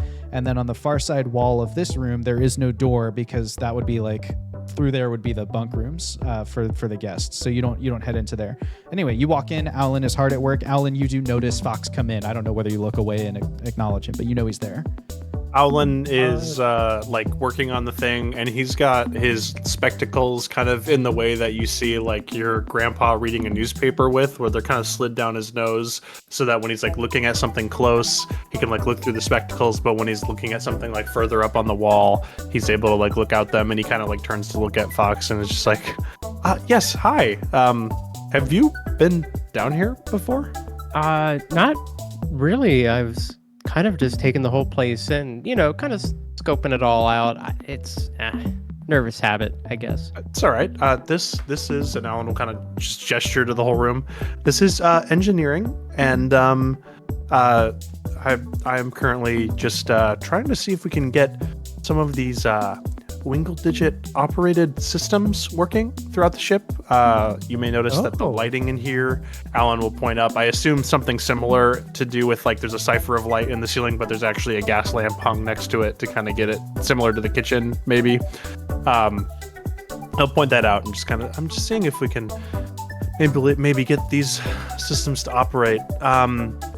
However, it is a bit perplexing to me that these systems do work on Wingle Digits, as our original theory as to when this ship would have been built and crashed is outside of the realm of time that Wingle Digits as we know it existed. So I'm kind of pondering that as I work. Not sure what that exactly means, but it's quite interesting. Roll You know, an I artificer didn't really- tools check. We're just going to see how much progress Alan's made. I didn't really think about that until you just said something. I mean, 22 on the check. It's done. It'll need Okay, to be cool. like switched on, but you're pretty sure the wiring's all in place. What Yes. what if Winkle Digits already existed and we didn't know? That would be my theory as well. However, it would be quite interesting to me the fact that this, we believe it to be at least a K or Kalnorian associated ship originally. And I wonder what K's association to Wingle Digits could have been. Could he have been sort of duped by the Summit Banking Guild and Sir Topham Sav? Or there's a part of me that does not want to believe this, of course, or I entirely do not want to believe this, but was he perhaps associated with the development of Wingle Digits? It's entirely possible, but seems against K's nature or character. It's just quite interesting. Wow, that's a lot to bring up. I'm sorry, I didn't mean to stress you out or anything. It's just I've been alone in here thinking about this stuff. Sometimes I just rattle off what I've been thinking about. Now you got me thinking about it. I mean, I'm like I said, I'm kind of scoping the place out, doing a little tour, so that way I can, know where I'm going should things arise. But one of the things I was gonna do anyway was check out these little storage areas. It seems like you guys didn't really have a chance to clean them up and No. perhaps had gone through it. Maybe there's like still paperwork somewhere mixed in there. Manifest, Definitely. perhaps. There definitely could be. Yeah, perhaps even documentation on the origin of the ship, where it was, like you said, manifest where it came from, but maybe even when it was built and things like Yeah, that. I mean, I know people of your ilk tend to make all sorts of documentation for the things they do. So I'd imagine whoever built this was pretty proud of it and probably wrote down every little thing about it. One would hope, yes. So, all But right. yes, that sounds perfect. And actually, I think and Alan will kind of step back and kind of, knock on wood, literally, and say, "Well, I think I'm ready to try this out." And he'll insert either a Wingle Digit or however many Wingle Digits he needs to do to kind of just toss like activate a the handful electrical into the system. hopper. Yeah, and he'll press the button and kind of give like a voila kind of hand gesture. The unusually hot room gets, even a little bit warmer as more Wingle Digits are converted back into magic, and there's kind of zzz, sort of powering up noise. And then Bruiser, in the cockpit, you hear like a sort of coming out of the sending stone in the wall as it sort of gets reactivated, and then all of a sudden it snaps into tune with a zoom, and you can hear Owlin saying, and I think, as he's like just getting it turned on or whatever, you hear his voice through the sending stone. Alan? Ah, yes, Bruiser. It seems as though the sending stones are working again. Ah, yes. Are you in the engine room? Oh, wow. That is correct. And Fox is with me too. Hi, Yeah. Fox. Hey, Bruiser. You're on my stop somewhere.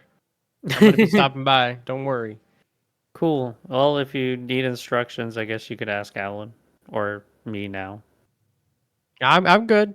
I'm Fox seems to exploring. be effectively wandering. Oh, Is nice. this thing on? Hello? Radford?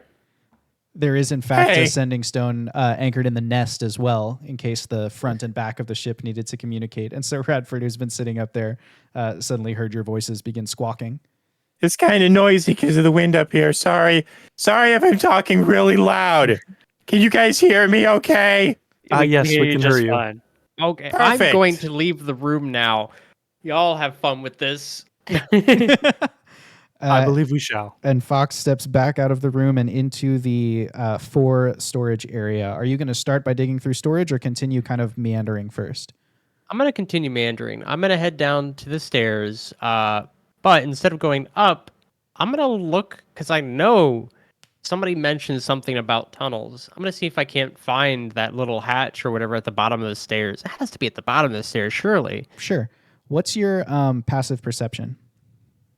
It is a number. True.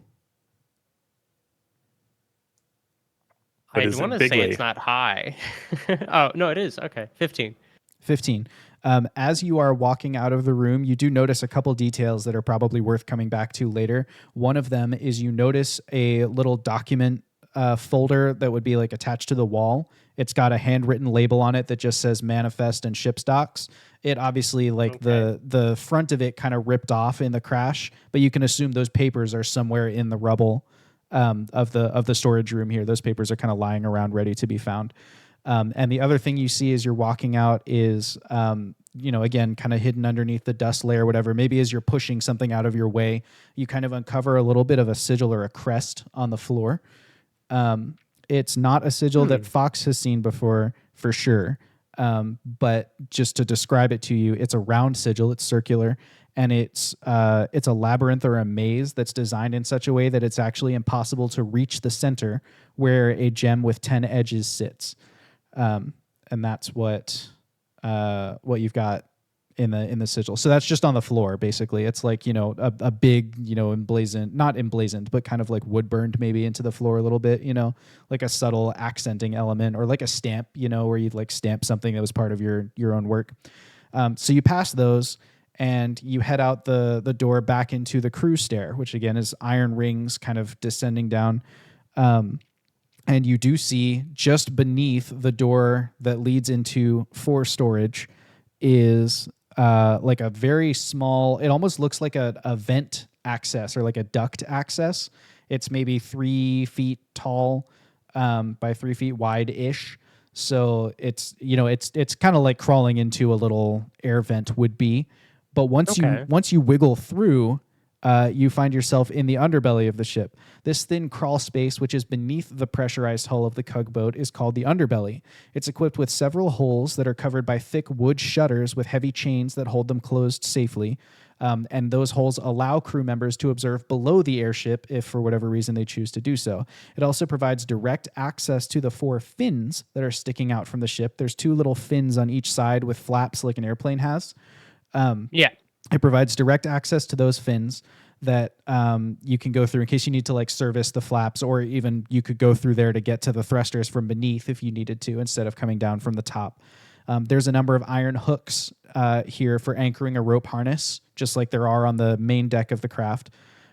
They're positioned as well as is possible, but in a crawl space, it's still kind of a hazard. And so there's still kind of little sharp edges that you would need to be cautious of if you were scuttling about really quickly. And then you have access through the underbelly. You can get to aft storage, which is, again, the mirror of the storage area you were just in. So you can go the whole length of the ship and then come up in the aft storage room. You can get to the fore storage, and you can get to the crew stairs from here, as well as the main staircase. There's a hatch in the floor at the base of the main stairs that lets you in and out of the underbelly. So I'm definitely just speeding along to aft storage. I am laying on my back. Okay. Presumably just sliding, and grabbing whatever I can to pull me, while also kicking frantically, while making sure not to look down. That's why I'm laying on my back. Got it. The windows are not and- open. It's dark in here. Oh, good. Or mostly dark, because they're held shut by these big chained shutters. So it's not like you could just fall right out. You would have to loosen the chain and lower the windows It's not like a death trap. It's meant to be, you choose when you Still want to feel look down. uncomfortable here down here. Sure. Knowing And from that down here, you're not in the pressurized part of the ship, so you can hear the wind rushing by. It feels a lot colder than the rest of the craft does, because it's more just like matching the elements around the ship. It smells like wood. There's probably little splinters, nagging at you here and there. I'm gonna roll a tension die to see if you like scratch yourself up too bad. I was You actually don't. Go ahead. I rolled a dex check preemptively. Oh, sure. I got take a that. 19. Yeah, so you do great. You navigate through there pretty well. Even scuttling on your back and feeling a little bit out of sorts, like Dex is kind of your thing. And so you navigate just fine through this area to the other end. Where are you going to surface? Are you coming up in the main stairs, in the aft storage, or somewhere else? Aft storage. Aft storage. With a little dunk, you pop the trap door open, or you would, except you feel some resistance above it. Eventually you're able to shove your way through, and you hear kind of like a poof, as you push someone off of the aft storage trap door. You poke your head up and you see the aft storage area. It's a low ceilinged closet about 20 feet deep at the rear of the tugboat.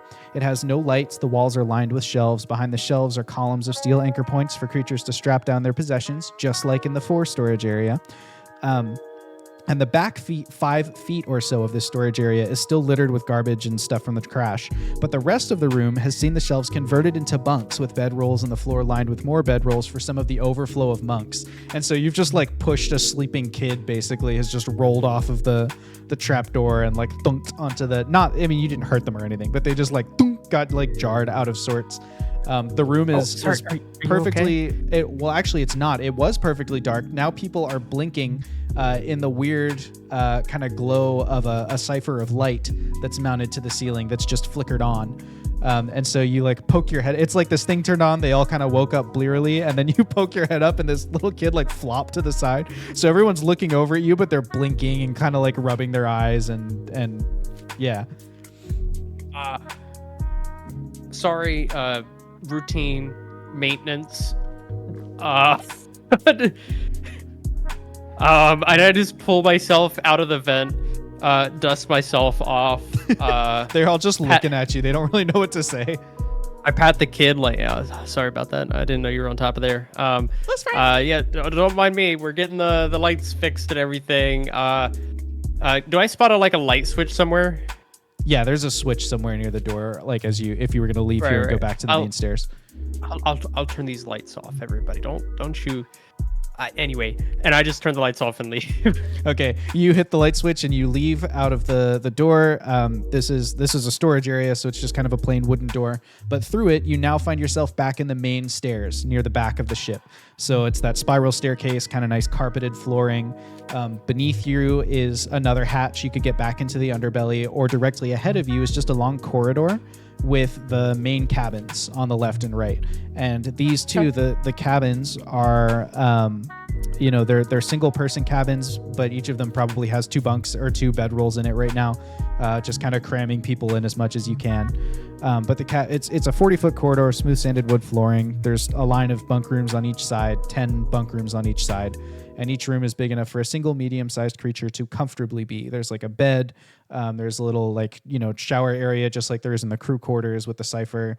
All the stuff you would need for life. There's a little cabinet that serves as your closet, about the size of an adventuring pack, and each one has a light in the ceiling, which they now have light switch control of. And that's what you see. You also, as you walk down the smooth sanded wood floor, you see another one of those stamps of that sigil, the circle that's like a labyrinth, but you can't get to the middle. Another one of those has just been stamped on the floor. I'm just gonna walk through, see if I hear any commotion, anybody having problems. Just kind of roll a perception check. Up. I got an Adobe pop-up. Wow. Wow. I got a 17. 17. You don't hear any outward commotion, but you do hear some grumbling and some mumbling from some of the monks who are, they seem a mixture of upset that they're crammed in a tight space, They're a little bit upset that a bunch of their guild was left behind. Like they feel either personally responsible or like they've been, misled or whatever. And they're also, you hear one or two of them very quietly grumbling to each other about whether it would be more prudent to turn over the people who the aboleths were after and just like sail off not in any danger. And they're just kind of having that conversation. You also see Sol Eris, the halfling, one of the council that leads the Society of the Silver Sky. She is just quietly going from room to room. She's still wearing her monk's robes, her sleeves, long enough that she can kind of tuck her hands in. And she's just going from room to room. She has a little candle that's now extinguished, but she's just been kind of whispering, quiet reassurances and kind of helping calm some of the monks, leading some of the kids in like a meditation to calm them down. And so she's just basically trying to be like a little bit of a peaceful influence on the crowds. But everyone's like a little restless and uncomfortable, as you would expect from being crammed on a boat. Fair enough. Hey, Solaris, right? Yes. Hello? When we get a chance later, maybe over dinner, I just wanted to like check with you on how everybody's doing. Kind of, I guess, do a quick little chat, make sure we're all good, we're on the same page, kind of stuff. Is that good? Yes, I think we can arrange that. All right. In the meantime, do you need anything? I'm just kind of familiarizing myself with my surroundings. So. No, I don't have any particular needs at the moment. Thank you, though. Okay. Is there anything of note at the back of this hallway? I'm assuming it just like ends. It just kind of ends in a flat wall. On the other side of that wall is engineering, where Alden is just tinkering away. So it just kind of ends in like a, maybe there's like a floor length mirror on there, something to make it feel a little bit more open, but it's just a wall. In that case, I'm gonna head all the way back to the main stairs. Head up to the main deck and check out the old spa. Sure.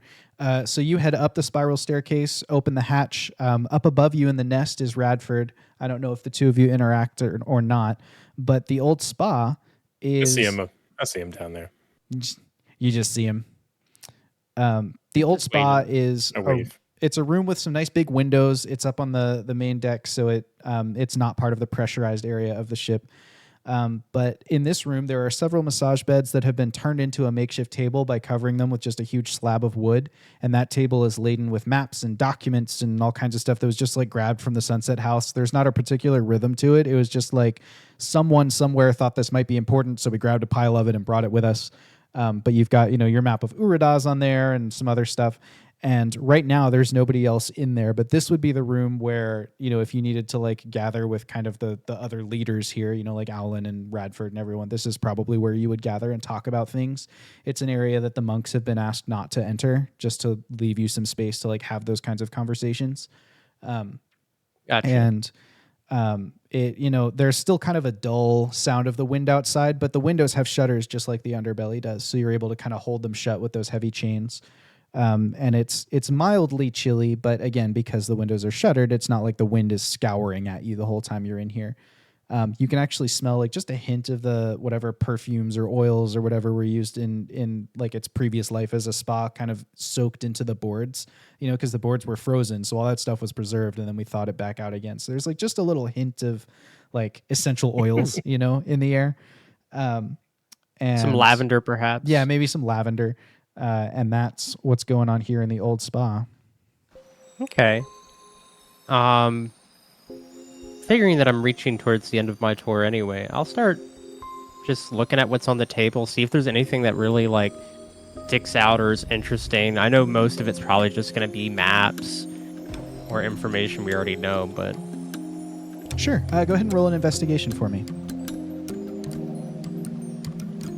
It was a great roll. The best of rolls. It was the best of rolls and the worst of rolls. It was a 13. A 13. So you sift through the papers for a little while. It's probably getting towards the afternoon by this point in the day. And Fox, you definitely find there are several maps of Urada. And the reason there are several is so that you can like mark them up and write stuff on them. So like one of them has a marking of where you've seen armies, and like Gaim is circled as like, oh, this is like the little safe haven, but most of the rest of it is X'd out, you know. There's one that is where Alan's been trying to predict what the air currents might be like up here to try and help get more efficient travel for the airship, but he didn't have a lot of time, so it's like just a couple hastily, you know, written things or little notes to himself in the margins. There's another one that's perfectly blank. You also find at least one book of the Book of Diverging Paths, which is the holy book of Kotix, and it's, you know, Kotix is the god of choice for the Society of the Silver Sky, so they would have wanted to have at least one of those with them, so they probably just grabbed that and like threw it in your pile whether you wanted it or not, you know. There's some different like random tomes, almost like different books of like, this is the legal history of Aspesh from the year 9006 to the year 9016, or, you know, stuff like that, where they just, again, stuff has been kind of grabbed at random, like maybe this will be helpful. There's a couple studies on magic that Jeb found and thought would be useful, one of the spell books that he went through, things like that. You see some different notes from when Owlin and Bruiser and B Street were trying to get the ship built. They have like, you know, basically a couple like to-do lists and things they had written for themselves of like, we could come back to that task and, you know, that kind of thing. But you don't find anything in particular that's like new or surprising or anything like that. As Fox is doing this, Radford, are you just hanging out on the top of the ship, or do you want to go somewhere else, or like kind of what's Radford's vibe at this point? He's had a little time to chill out, had some alone time, you know. Yeah, he's kind of sorted through his thoughts and kind of spent a little bit of the time just surveying the area, just making sure no spooky white aboleth dragon is flying up from behind or, you know, anything like Yeah, that. so far it does not seem that way. Okay, well, if he looks a good bit behind us and a good bit in front of us and doesn't see anything immediately dangerous on the horizon, just clouds. I'm just going to like, can we see the ground from here, or are we like above the clouds? The clouds Are too thick. You're like above the cloud line. I'm gonna message to like pull up the sending stone and be like, hey guys, I think I'm gonna done being up here. Can we send up a replacement to keep a lookout? I'm gonna check in on my people. I am in the middle of steering the ship, so I cannot leave my post. Yes, I can take a brief leave from the engineering bay and grab I mean, it some. doesn't have to be you. It could be like, is there some? I'm just up here by myself. Could you like just the next person you see? You could just send somebody up. We also need to start training people on operations of the ship because we cannot stay awake for minimum 7 days straight. Yes, I agree. Sounds like we need a meeting. A meeting sounds good where we can establish training. I can't leave. Well, yes, remember, you can technically leave the cockpit. The ship will just either go straight or be subject to the winds, right? Like, it's not like it's going to crash because the wood is naturally buoyant. Yeah. So. You guys made like the room below me is like a gathering place, like a meeting room, right? Yes. Does it have one of these things in there? Does it? Yeah. Am I hearing them talk? I guess while I'm shuffling through. Sure. It's a spa, so I wasn't sure. I don't have one in there on my notes, but I think it would be practical to have one there. Alan may have to install it because in the original way that the ship was built, it doesn't make sense for it to be there because it was a spa. So either way, no, I don't believe that there is one since that was a spa before we, converted it into the planning room. What I will do is I will take a brief leave from the engineering bay. I will get the word out that we will do a meeting in, let's say, 2 hours. And then up on the deck, lots of room for people to spread out. Yes, I think that or in works. The mess hall, maybe. That's kind of a big place. I think the deck may be better for people to spread out and get fresh air. Okay. And we will go from there. Does 2 hours sound like enough time for you, Bruiser, to be able to set us on a course where if we take a 30-minute meeting, we'll be fine? That's wholly dependent on the weather and winds. Well, I will don't check see back any in weird with weather you. from up here, so unless something blows in really quick, I just kind of like survey all around me real quick. DM, do I see any like No, dark up above clouds the brewing? clouds, up above the clouds, it looks fine. It looks fine up here. And also, Bruiser, like if you're on the deck for your meeting, you'd be able to see weather blowing up too. That's what Al was okay. about to say. Yeah. Yeah, I Um, should be able to leave post for a little bit.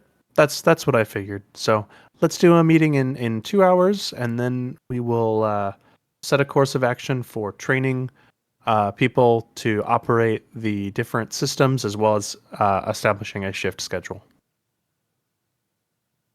Cool beans. And I'm gonna go down. And break.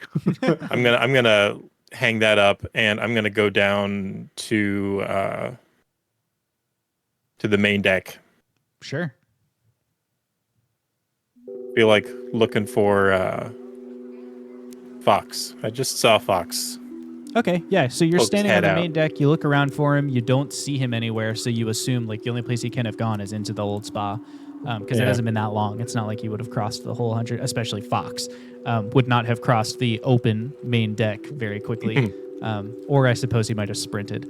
But anyway, you also probably hear the sound of like papers rustling and stuff from the old spa, and so you turn around and enter the old spa, and you look in again. Same thing Fox saw. The wind kind of recedes to a dull rush outside. The chill kind of recedes to more of like a mild chill. And there's Fox looking at the table, kind of just flipping through papers casually. Hey, Punk.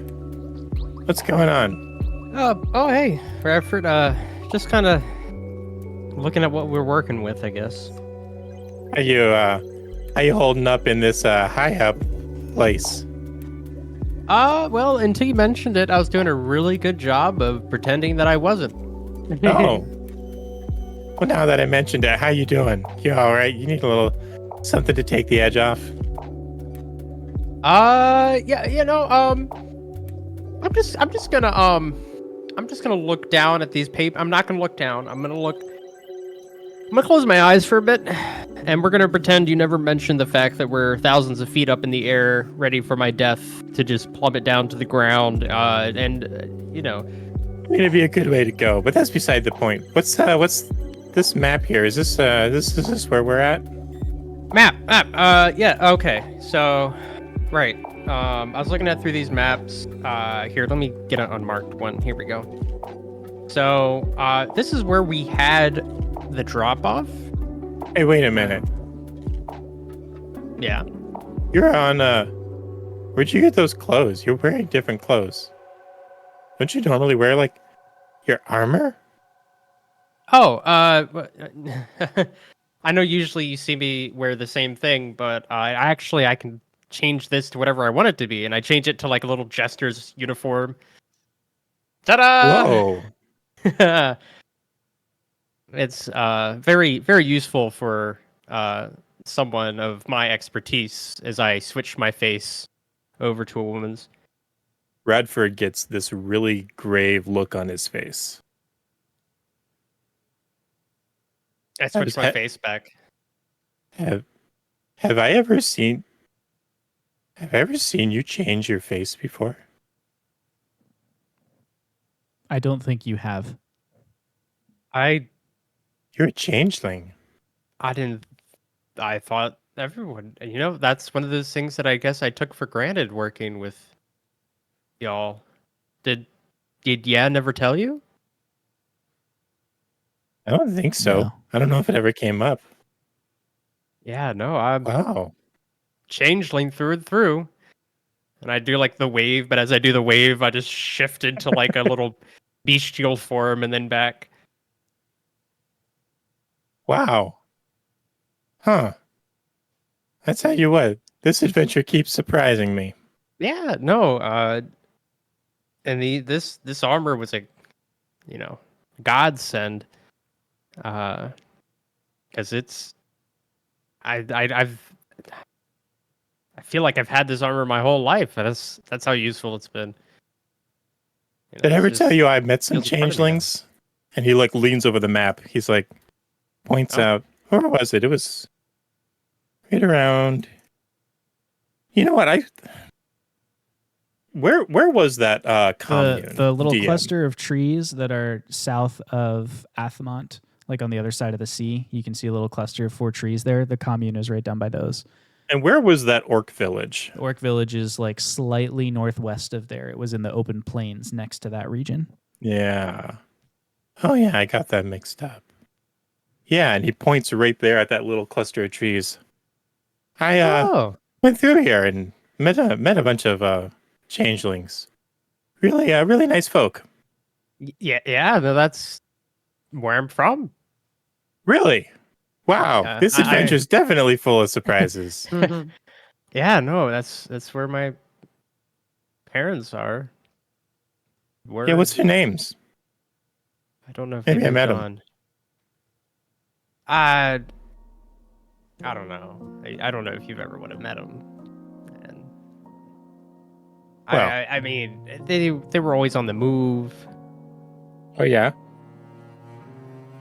I wouldn't worry about it. No. I'm not worried about it. I'm sure They were fine. really like I met this lovely couple there. Had some tea, talked about cave. They were the ones that told me about Kelnor, and super nice folk. And I don't know, you probably like them. I don't know, maybe I maybe you mean- know them. That could have been anybody from there. You know, they're all about Keldor. And I mean, if they're always changing the way they look, then, reestablish so that Fox remembers there are only 2 changelings in that commune. oh, really? Yeah, they're just Fox's parents are the only 2 I changelings thought there was more this entire time. No. Oh, Just them. That makes a lot more sense. I mean, I guess since they're all changelings, you never really tell if they're not shifting around. Just like you, you've been this shape this whole time. I didn't know, but Well, are you sure the changelings? I know that's like usually a little prank. yeah, we it was the around. Pieces. Peace was their last name, I think. Okay, so they might have been my parents. Really?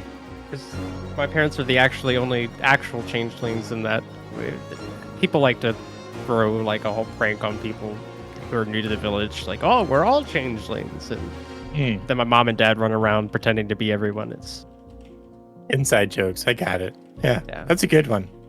I would abuse the heck out of that if I had that ability. yeah, they're well, you know, they're pretty chill people. I mean, I definitely have gotten away with a lot of stuff in my time, but that's neither here nor there. Anyway, yeah, no, that was probably my parents. But yeah, no. So yeah. Anyway, we're here on the map. You know, they really meant a lot to me.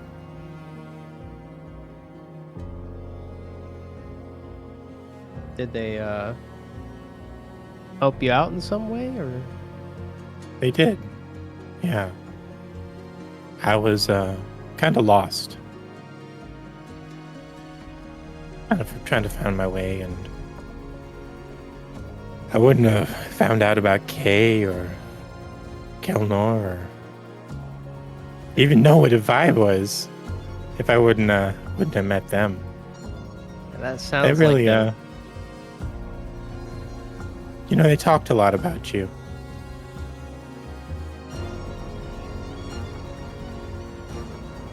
They really love you. And I think they miss you. No, Redford, I don't think I've told anyone this, but sometimes I wonder if I'm doing the right thing. If maybe I'm letting myself get too caught up in this whole save the world adventure that perhaps I should have just headed home and make sure my parents are okay. Well, take it from me. If the world needs saving and you don't wrap yourself up in it, you're still wrapped up in it. I guess. Unless you plan on going to a different world.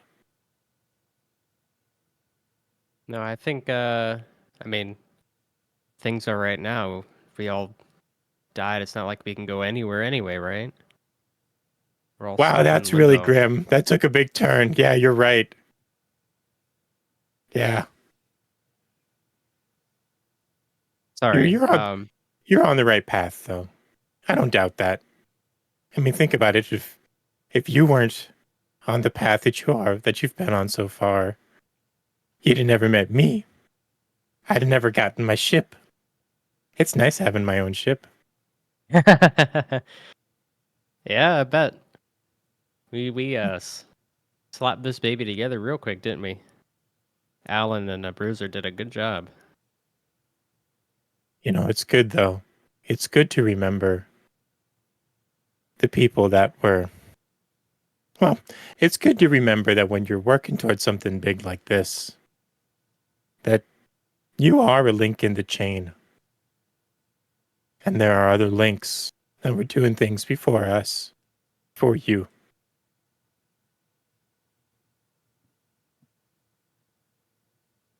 It's another, as I say these days, right? Another cog in the machine. No, Just another break in No. the wall. it's another ember in the fire. No, Redford, you have a way with words. It's because I'm a detective, and you need a good vocabulary when you're a detective. Well, I'm hoping my parents are doing okay right now, wherever they are. Last I saw, they were a little ill, if I remember, but they were okay. Yeah, It looks like they gave a lot, and it took a toll. But I tell you what, once we're at the end of this, we're gonna have the signs of wear on us as well. well, that's comforting to think about. I mean, technically, I hey. already have it, and I slap my leg. There you go. Rings with like a metal king. Look at you. You've already got some cool stories to tell. And when it's all said and done, and you've saved the world, All right, well, you now passed that. Hey, let's not get ahead of ourselves. All right. well, what's the alternative? So here we go. So once you save the world, then you get to pass your story and the deeds you've done on to the next group. Because if there's anything I've learned about my time wandering out in the world, there's definitely no short of trouble. That I think we can agree on. Though, just don't tell anyone else. But I may have been a cause of some of that trouble here and there. I would have never guessed it. All right. Sorry. All right. Let me focus here. What's that? So we have to get from here, Mm-hmm. and I'm guessing we're only probably 30 miles, not even. Well, I mean, you've made it through probably 3/4 of the day, so you're probably like four hexes closer. You're probably, in fact, from Stonefield, you're probably over that foresty area next to Stonefield now. I'd say this is a large margin, but probably somewhere over this forest. And you Now, can't here's see a down thought. past the clouds, so You want to stop by your place and pick up your folks? Or say hi? I don't know if we have the time, but if we have yeah, I'd love to pick them up. I know we're a little overweight, but surely we can handle 2 changelings. We're not exactly known for being dense. Well, Physically. maybe I am, but okay. Yeah. I'm looking at the time. You know what? I mentioned to Solaris about trying to set up a meeting. Maybe we can try to get that rolling. Okay, we can talk about it. Figure Maybe out. as that happens, Alan makes his way in. We're going to try to have a meeting on the main deck in, I would say, probably an hour and a half, 2 hours, to just discuss where we go from here, and as well as training people on how to operate the ship and making sure we have rotations. That's a good idea. and shifts. I like the mental picture of Alan walking around the ship and doing the IRL version of, in case you didn't see my email half an hour Yes, ago. exactly. Are we gonna have a meeting afterwards in here for more Yes, I think that sensitive? makes sense. Okay. Yes, I think that makes sense. All right. Can we invite Solaris to that meeting? Can you CC Solaris on that one? Yes, we can let Solaris know. I'm just making the rounds to let people know. But yes, I'll talk to Solaris. Okay. Then all right. Fox looks over to Radford, a little bit more respect, I guess. He's always respected Radford, but just more realizing that there's someone there for him as well, just like Jeb. And nods his head. Let's get to this meeting then, I guess. Okay, in an hour and a half to 2 hours. Got it. And Radford's Yeah. going to pull a little scroll out of his bedroll, Okay. a little scroll case, and pop the top and pull out a whole bunch of rolled up papers and scrolls and stuff. This is all of the studies that he's done on K. And Gotcha.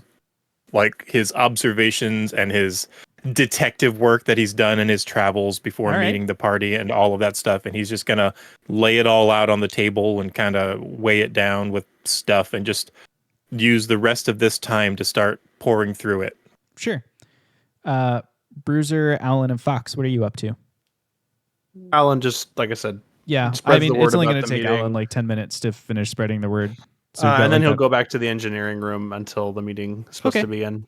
Cruiser will just stay in the cockpit until it's time for the meeting, and then make Okay. sure, like, final check, make sure there are no winds or anything to steer the ship off course, and then head.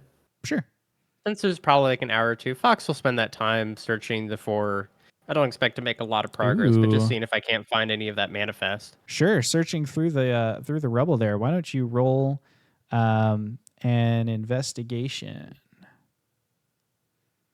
It's decent at 15. A 15. Okay. So as you begin searching through the rubble and like you said, you're kind of digging at the edge of it.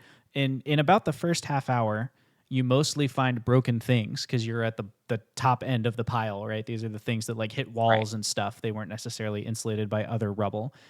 You do find a small jewelry box that kind of like crushed against the wall, and it has 3 charms in it, like little bracelet charms. All right. They are like silver charms with some kind of like blue something inlaid in them. And you're pretty confident they're magical. As you pick them up, the bard in you feels a little something in there, but you're not sure exactly what they are or what they would do without some examination. You also find a shred of paper, like it's been ripped in the accident, but you find a shred of paper and it says "Hips Manifest" at the top of it.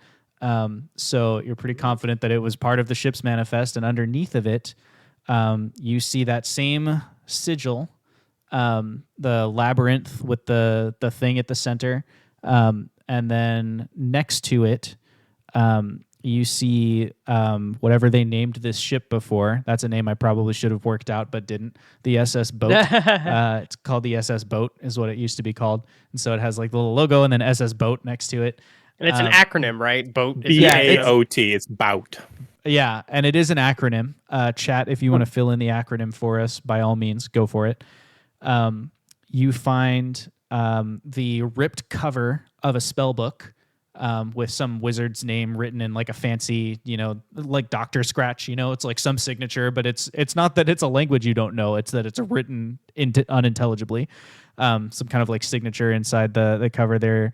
You find some rope harnesses. You find 3 working rope harnesses that you could anchor onto the ship. And so you're just kind of digging through. There's plenty of stuff that's just spoiled or rusted through or whatever. You even find a couple weapons. You find 2 pikes, although one of them is kind of rusted beyond repair. And oh, you're not chat. You're Wash. It's me. Okay, so that's what you find in your first search, and it takes about a half hour. You can continue searching if you'd like to. Yeah, I'm just going to continue searching until the meeting. Sure. Okay, go ahead and roll with advantage then, and we'll just do like one big investigation for the rest of your time. Can I take 20? Taking 20 is a variant rule in 5e that I don't think we use. Oh, I wasn't sure. I just sure. something I thought of. You can take 20. That's fine. You've got an hour, and there's really no here's what I'll do. I'll roll a tension die. So if you take 20 and we get a complication, which I'm gonna have to clear the whole pool. You're gonna take 10. But if I don't, you get the 20. Okay. Fair. Okay. Fair. Okay. So here's the I wanted first to one. say, now that you've agreed to this, Just stuck on the edge. Yeah. I that one's not rolled one. 2 nice. nat 1s for my advantage roll. Nice. So there are no complications in there, so you do successfully take 20. So you go searching through, and now you're getting methodical. Now you're on the trail. You're on the scent. You've realized there's some interesting stuff in here. I wonder what else is in there. You find an intact jewelry box with 3d6 charms in it. You're going to roll the 3d6. And this one is labeled and stuff because it's intact. They're different from the ones you found the first time. These ones are labeled as air bubble charms. You find 3d6 charms of air bubble. You find a disguise kit. You guys somebody might want to maybe type these in the Discord on Cleo's behalf as I read through what we find here, because there's a lot to see. You find a disguise kit. You find an herbalism kit. Actually, you find 2 of those, 2 herbalism kits, a mess kit, herbalism kits. 2 writing kits. You find 2 nets. You find a cloak of billowing. You find a what looks, you're almost certain it's a spell scroll, but you can't read it. Whatever's written on there. It's probably written for like someone other than a bard. But there's a spell scroll in there. You find a number of bottles of potions. You find 6 bottles of potion of greater restoration, but 1d4 of them are damaged. So let's have maybe Trevor roll, and let's see how many of them are damaged to see how many are intact. 2 are damaged. Okay, so you find 4 potions of greater restoration. You also find 20 potions of greater healing, but Jake's going to roll 3d6 to find out how many of them were damaged in the accident. Greater healing? Yes, or whatever the one step up from just a normal health potion is. So not lesser healing, not normal healing. It's how many superior. total were there? There are 20 minus your 3d6. Okay, so there are 13 damaged, which means there's 7. Okay, 7 potions of, I think it might be superior healing. Superior is the top one. Okay, one down from that. It's healing, greater, and superior, I believe. So greater. Yeah. Okay, and then so 4 superior then? No superior. All greater. Yep, 7 greater healing. You also find a rope of climbing. Nice. A rope of climbing? Yes. Mm-hmm. Those are cool. Jeb wishes he was up here. Yeah, I know. Poor dude. How many spell slots of your highest level do you have, Fox? Are you talking to me? Yeah. What's your highest level spell slot, and how many do you have? I think my highest level is Only 2. Okay, never mind. You find there's a book that looks like a manual of some kind, like a small field note sized book, but you can't read what's written on the cover of it. Okay. Let me see if there's anything else you find in here. Well, you took 20, so you find a lot of it. You find a magic ring. You're not totally sure what it does at like first glimpse, but you're pretty sure that it requires attunement to get to whatever the item is. For your notes, because we're going to forget which things you found, it's a ring of free action, but you haven't deciphered what it does yet. Okay. You also find a spell book, the one where the cover was ripped off. You find the rest of that spell book, and it has 1, 2, 3, 4, 5, 6, 7 spells in it.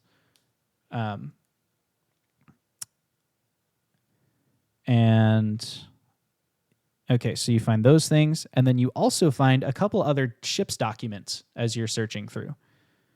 Ooh. You find a list of destinations, like an itinerary for the ship. Okay. And you can see that it was meant to tour like the world's great landmarks. So the Frozen Fang was one of them. The Jungle of Songs was one of them. The City of Stainless was one of them. So it was kind of like going to do a tour of all these landmarks, and it was going to end at the Pillars of the Eternal Vigil, which are the 3 towers that stretch up into the sky. That was its final destination. And you also find documentation that the ship was a reward for financial patrons of, and then that sigil again, that you don't know what the sigil means, the circle with the labyrinth. And so it was like a reward basically for people who gave money or who sponsored the work of whatever this guild was. Have we seen the Summit Banking Guild logo ever? You haven't yet, but Fox is about to.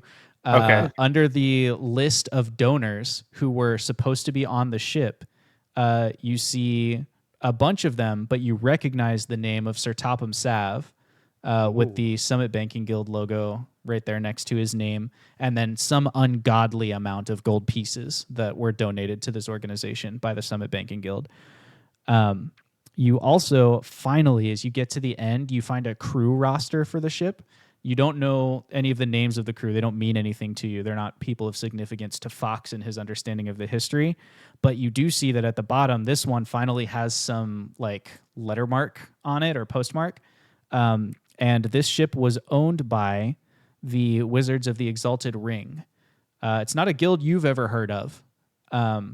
They were a very reclusive guild, and so I don't think any of the characters have heard of them. Maybe Owlin with his study in the Eos Lore Foundation Tower. But you, the players, might remember that is the small little conclave of wizards who live at the top of one of those great pillars. So the ship belonged to them, not to K. It's not a party airship. It's one of their With ships. a 14 on history, does Alan know about them? Yes. If told about them, Alan will know. So we'll assume that information gets shared. Yes. But yeah, so this was like a sky tour that was a reward for people who donated money to their research, is kind of what you've pieced together. Whatever this guild is, it's a sky tour for people who donated money to their research. The ship was clearly designed by a Darude, like just based on the script of the Darude folk that you found around the ship. And there's probably even more like interesting magical stuff on the ship, just based on the fact that it was a big guild of magi and they were trying to impress people. So you think there's probably more to find than what you found just up here in the forest storage area. But that takes up your time for the next hour and a half as you search through. Bruiser, you are spending an hour and a half in the cockpit of the ship. You're steering. You're trying to put yourself on a good course so that you can step away from the controls. As you're steering, there is a little bit of an unfortunate occurrence, which is that you hit like maybe some slightly turbulent air, whatever, nothing you can't handle, but in the slight jostling or creaking, just like normal ship's movement things, a little swarm of something gets disturbed and begins coming out of the mostly hollow wood panels in the floor. A little swarm of scarabs comes out of there and begins scampering across the floor towards you. They rush towards you, little like beetle-like legs skittering across. little like pinchers kind of sticking out in front of them. They just leap towards you and begin climbing up your legs and trying to attack you, having been like jarred or dislodged by the motion in the cockpit. Could he have just jumped up in the air, or do they fly? He can jump in the air, but they have a jump speed or a jump, like a pretty significant speed. Not jump speed, a jump strength. Like they could jump towards you as well, so they can roll to attack you still. Okay. But I would give them disadvantage on the attacks. So yeah, he's gonna like fly around the room and just like swing at them with his rapier as he's circling them, hoping that it makes it harder for them to hit him. okay, the little swarm as they rush outwards, they leap up into the air, little beetle-like legs climbing and crawling, and they make a little pile on each other, and they're rushing towards you. Bruiser's kind of dancing around them. They're gonna roll to hit at disadvantage because Bruiser's airborne. That's a 11 to hit. What's Bruiser's Miss. AC? That hits? 16. No, it misses. Okay, it misses. So they missed. Bruiser takes a slash at him. Go ahead and roll to hit. You're trying to beat a 13. Okay. 25. A 25. With a 25, you are able to hit them. Go ahead and roll damage. 7. Great, 7. You skewer 7 of them with your rapier as they kind of leap towards you. They're almost lined up in the air, and so you're able to kind of stab through a bunch of them. But you feel like you haven't even gotten through like a third of this swarm of beetles. So they're rushing towards you. I'm going to roll a tension die for every round that you're distracted by combat. All right, we've already hit one. The ship begins listing to one side as Bruiser is flying around. Alan, basically everyone who's not Bruiser, make a dexterity save to keep your feet as the ship begins listing to port. And Bruiser, Alan got a nat 20, and he would like to start like he'll over the sending stones. Bruiser, is everything okay? But you'll just hear, die. Alan okay, will, that's what you we'll hear. go up the we'll try to get up to the cockpit as fast as he can. Sure, Like it'll take probably olives 2 on a rounds. toothpick, Bruiser has beetles on his rapier. That's right. Yeah. I got a 22. Okay, you're fine. I got a 18. Yep, you're also fine. So you all keep your feet, and some of the monks who are around wherever the rest of you are kind of like, oh, what's going on? They're a little bit disturbed, but ultimately, so far it's fine.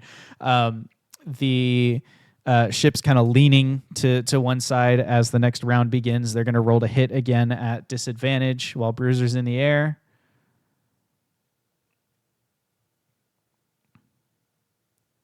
That's a 4 plus their mods of 4 is not going to hit it. So they're still like chasing towards you. They don't hit you. Bruiser, it's your turn. Would I be able to like nudge the steering wheel and attack in the same turn? No. Okay. You can grab it because it's a big ship, so you got to like steer the rudder. Like there's force in there, so you can either put both hands back on the steering, anchor your feet on the floor, and steer, or you can continue fighting. He'll continue fighting. Okay.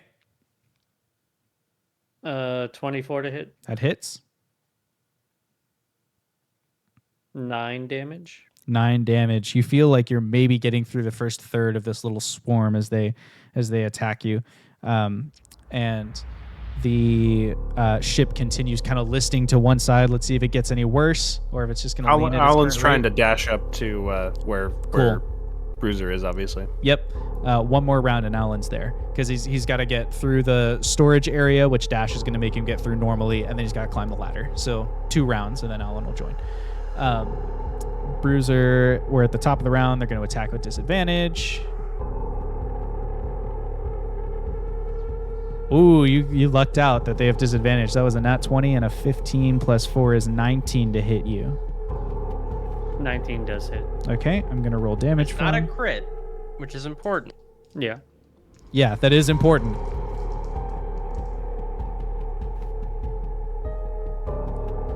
Oof. You take 17 points of damage as the swarm finally latches onto you, and they begin actually like burrowing into you. Oh, jeez. They're like digging and swarming, and it's a whole thing. Now that they've latched onto you, their attacks would have advantage. So because it was disadvantage, it'll cancel out. It's your turn. Attacking them. Yep. I don't want to think about it. Ugh. 17. 17 is enough to hit. 11 damage.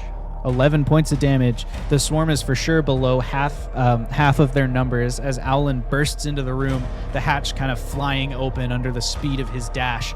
You jump up to your feet. Bruiser is in the air, kind of right above the ship's wheel. Maybe even his feet are like a little bit touching it, and that's why it's like bouncing back and forth a little bit. He's got all these beetles like latched onto his legs and stuff, and they're kind of like burrowing. He's killed most of the free ones, but there's still like it's a swarm. There's a bunch of them, and that is what happens. Is because you've just entered, you can go at the top of round order, and then we'll continue on to the others. How fireproof is the area that we're in? The floor and wall behind you are made of wood, and the lens for the cockpit is made of ice. Yep. All right. Not fireproof at all. Vulnerable to fire, one might say. Owlin will, I guess, try to clean him out with the scimitar of speed, like kind of do some slices. So he'll do his 3 attacks. Okay. A 12, a 26, and another 12. Okay, only the 26 hits. It's probably because Dang. you're trying not to cut Bruiser up that makes it so Probably. difficult to like hit the swarm. But you do get at least one good slice, just kind of like almost like you're shaving his hair. Like you just go right along the length where a bunch of them are burrowing, and you cut some of them free. 8 damage. 8 damage. There's only like 1 or 2 of them left at this point. They're gonna take their attack to try and continue messing with Bruiser here. This is a disadvantage. Or no, it's just normal. It's a normal roll. I'm sorry. I'm going to clear those and roll again because I don't know which one went first. Here's their normal roll. Oh, no. Oh, no. That's a nat 20. Oof. So what's your new character going to be, Trevor? They deal... Our pilot gets assassinated. I know, right? We do double dice, right? Or do we do double the number of damage? We do double dice. Okay. We have been, we used to do double the number of damage, and then recently we switched to double dice. Got it. Oh, it's not good. Okay. I mean, you had me not good at 20, so, 19 points of damage from the remaining 2 beetles as they have fully burrowed in and are like drawing blood, and it's like, yeah, they're going for it. You begin to feel something maybe get dropped into your bloodstream a little bit, and you make a Constitution save. Oh no! Where did these things come from? They scuttered out of the wood. They were frozen somehow. in the boards. That is a 4. That's a 4. You are also conditioned poisoned for the next basically day or until you get some healing, and you take 1d4 of poison damage as their little pinchers drop some poison into you. 2 points of poison damage. Poisoned is just a creature's the condition is disadvantage on attack rolls and ability checks. Okay. Yes. And how much damage you said? 2 more points. Okay. And that brings us around to Bruiser's turn. Are they counted as flanked because Alan's here? I don't think so because they're... Well, I guess it's a swarm. I don't know if a swarm can be flanked. Sure. Then I get normal roll because... Hang on, let me check here. No, because it says... Okay, no. Under the swarm rules, it says a swarm can occupy another creature's space and vice versa. And it can move through any... Yeah, so it's not a flanking situation. Because they're in your space. So just disadvantage then. Yo, I'm going to flank this wasp. That is stinging me. Yes. Say again? 18. 18 is enough. Cool. Just need to beat 2 HP. There's 2 of them left. I have a +4 modifier, so I okay. think Yep. So you 7 finally damage. kill the last couple of them, and you kind of plop back to the deck. I'm going to roll 1 more tension die as you fall back to the deck. Luckily, you don't land on the ship's wheel, so although the ship is listing, it hasn't like rolled yet. But Bruiser it's getting towards 60 or 70 degrees. Bruiser will correct course now. Okay. Roll a survival check. Where did those come from? 5. That is Oh, Is that with your proficiency bonus? It's for a vehicle. Sorry. Then I can't roll below a 10, so that would be 14. 14. Okay. It takes a while to right the ship again, but you are able to get the ship righted and steadied and whatever as Alan is kind of in there watching or helping you. Whew, that was very unexpected. They just hopped out of the floorboards. quite interesting. They may have been hibernating inside of the wood. I guess we didn't really have time to check for wildlife that was small like that. You'd think they would have popped out a lot earlier, though. You would have thought, however, maybe not all of the ship was thawed. Fully, at least. It would be quite strange. Well, I don't know. It would be quite strange for someone to find a way to let in bugs like that. Hatch pops open. Fox pops his head up. Y'all good up here? Yeah, is everything all right? The room is now very cramped as Radford's leaning in the door to the main deck and Fox's head has popped up through the floor hatch. Owlin and Bruiser are standing together on the 5-foot square of space that's not occupied by door or hatch. You all wouldn't happen to have a cure for poison, venom, whatever these things have? There was a swarm of poisonous beetles that came out of the floorboards.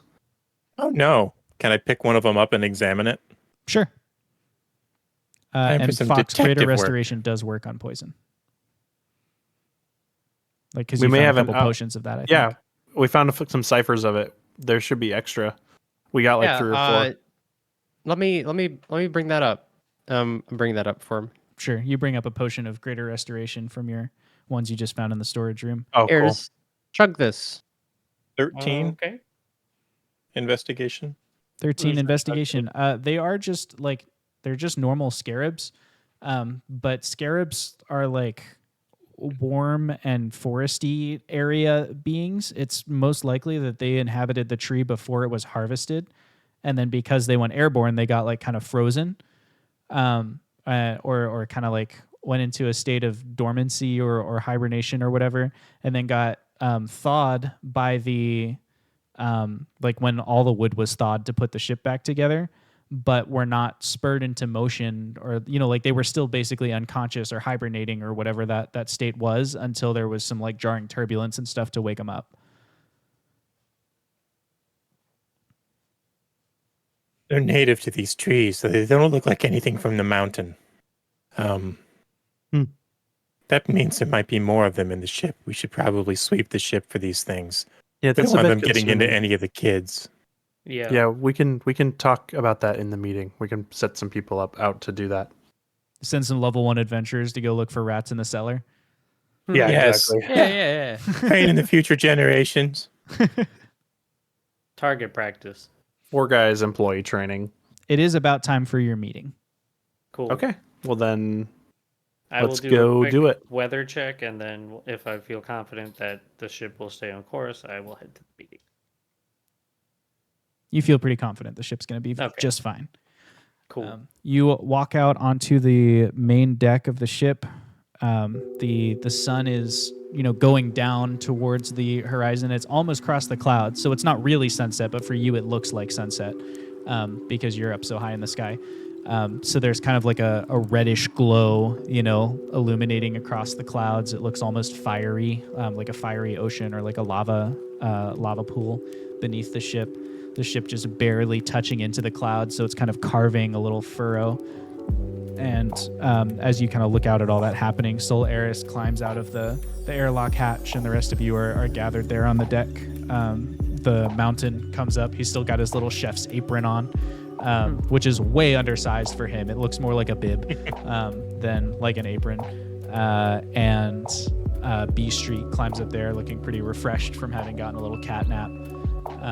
And Mockery quietly files up onto the deck, latches a harness to one of the rings on the deck, and then sits down to observe or listen or whatever for your meeting. And now you're all here. Yes, I just wanted to, and then I don't feel the need to necessarily role play out all of it unless you want me to. But we don't Alan need will to. Alan will just explain that it's time for people to start getting trained on how to work on some of the systems, and he's looking for volunteers to do that, so that way we can take shifts, and that way everyone is able to get long rests and stay energized, but also take care of the maintenance of the ship as far as the engineering and the steering and the lookout goes. Want to give some expectations for our travel time? Yeah, expectations for the travel time. He'll also is he planning to tune the thrusters and try and fix that, or is he going to are you going to have those 12 days of just normal propulsion at the end? Oh, I'm sorry. I thought that maybe I misunderstood what you said about what Alan fixed internally. You fixed the onboard electronics earlier. No, with the Nat 20 when he first saw engine failure. B Street. Oh, so that sounded like it was a thruster malfunction. Yeah, but that was a malfunction that you not fixed. The tuning. That wasn't about. I see. You'll need to rappel down the side to tune up the thrusters and get them more efficient. You'll Got have to it. get into I the must guts have. of them. I must have misunderstood something. That's okay. So Alan will do that. He's hoping to do that once he feels confident that he has someone, whether that's B Street or somebody else, trained well enough that they can at least monitor what's going on in the engineering room while he does that. Yeah, B Street just offers to hey, I'll step up and Okay. I'll kind of take over the engineering room. He kind of knows what needs to be done in there. He just had that one little issue where he wasn't strong enough to tighten down the bolt. But in terms of general upkeep, he could do that. Okay. Well, then Alan will prioritize that at first, and then he'll prioritize training more people than just B Street to hang out down in the engineering room. Sure. So those will be his two things. But then he'll also mention the beetles and how some people need to get in a group and sweep the ship for them. And then he'll also mention that he wants X person, Y person to meet in the spa room after this meeting is done, and then he'll open the floor for other people to make announcements. Sure. Mockery says she can go around and do pest control.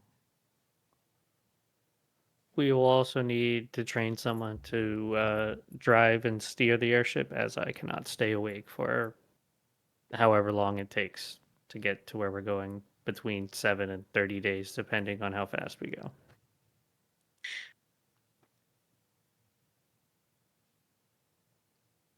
There are no volunteers. I can definitely help fill that gap, but we need more than just 2 people. I look pointedly into the crowd. Soul Eris shrugs and is like, we brought all the elderly and the infirm with us. The mountain can learn, I guess. He can take a shift as pilot, but he can't call anybody if anything goes wrong. Mockery would probably be pretty good at that. She shrugs. Yeah, that's fine. She can do that. Bradford, you've had a little bit of time there. And we've already established my capabilities with it. I mean, I guess I'm okay being stretched-ish, but I don't. Maybe. How about this? You train me first, then we'll train Mockery, and then we'll train Radford. And we'll use, I'd say that's our priority for, if we have somebody available who to check with. Sounds to good. take over next shift. Sure. All right. Anything else that you need to straighten out as far as details and stuff go? Not meeting wise, but after this, Radford is going to take some time during the remainder of the day and use his herbalism kit and probably pilfer some supplies from those other herbalism kits. And he's going to make some antitoxin to have on hand for the beetle crews. Good idea. They become poisoned and stuff. Yeah, for sure. And then obviously in the meeting after the big meeting, we'll want to the meeting after the meeting. The meeting after the meeting, the show after the show, the tavern within the tavern. Alan will want to talk with, obviously, ask Fox what he found in the storage rooms. Do you want to just open the next session with that so you can actually have that conversation in character, or do you want to fly through that now? Okay. Let's do that, because then also I bet the conversation with Soul Eris will be important as well. So okay, sure. So I guess on that note, tonight's Dungeons and Dragons adventure comes to a close. Woo! Thanks everyone for hanging out with us. A little bit more campfire-y today. We got a little bit more interaction between the characters, except poor Bruiser confined to the cockpit. But he's It getting was help. really cool to get to know the ship. Yeah, I thought it'd be fun to have a session where it was more like, hey, we're gonna just figure out the base of operations for a little while, a little airship time here. The Cug boat, is there a prefix for it, like the SS Cug boat or anything like that? We had a full name, and then the Cug boat was the nickname. I'm trying to remember. Oh, okay. I don't know what the full let me name was. pull I it missed up, that Let me part. pull it up. Was it the It was something a beautiful sun? name. Here we go. It was a great name. The Happy Orc is the full name. Mm. The Cug boat is the SS Happy Orc is the full name. The Nice. Cug boat is the nickname. The SS Happy The Cug Orc. boat's what the employees call it. Yeah. Oh, okay, I gotcha. Cool. Well, as the SS Happy Orc sails happily off into the night sky, the sunset, the descending darkness and the blue hour, and the meeting after the meeting begins in the old spa that's been converted to a war room, tonight's Dungeons and Dragons adventure comes to a close. Thanks everyone for hanging out with us. We've had a great time. We hope you had a great time. We will see you next Monday. And until then, from all of us here at the Winged Badger Tavern, Trevor, what do we tell the people? We tell the people that don't forget about jury nullification and GG and GN. That's right. GG's and GN, everybody. Have a good night. GG.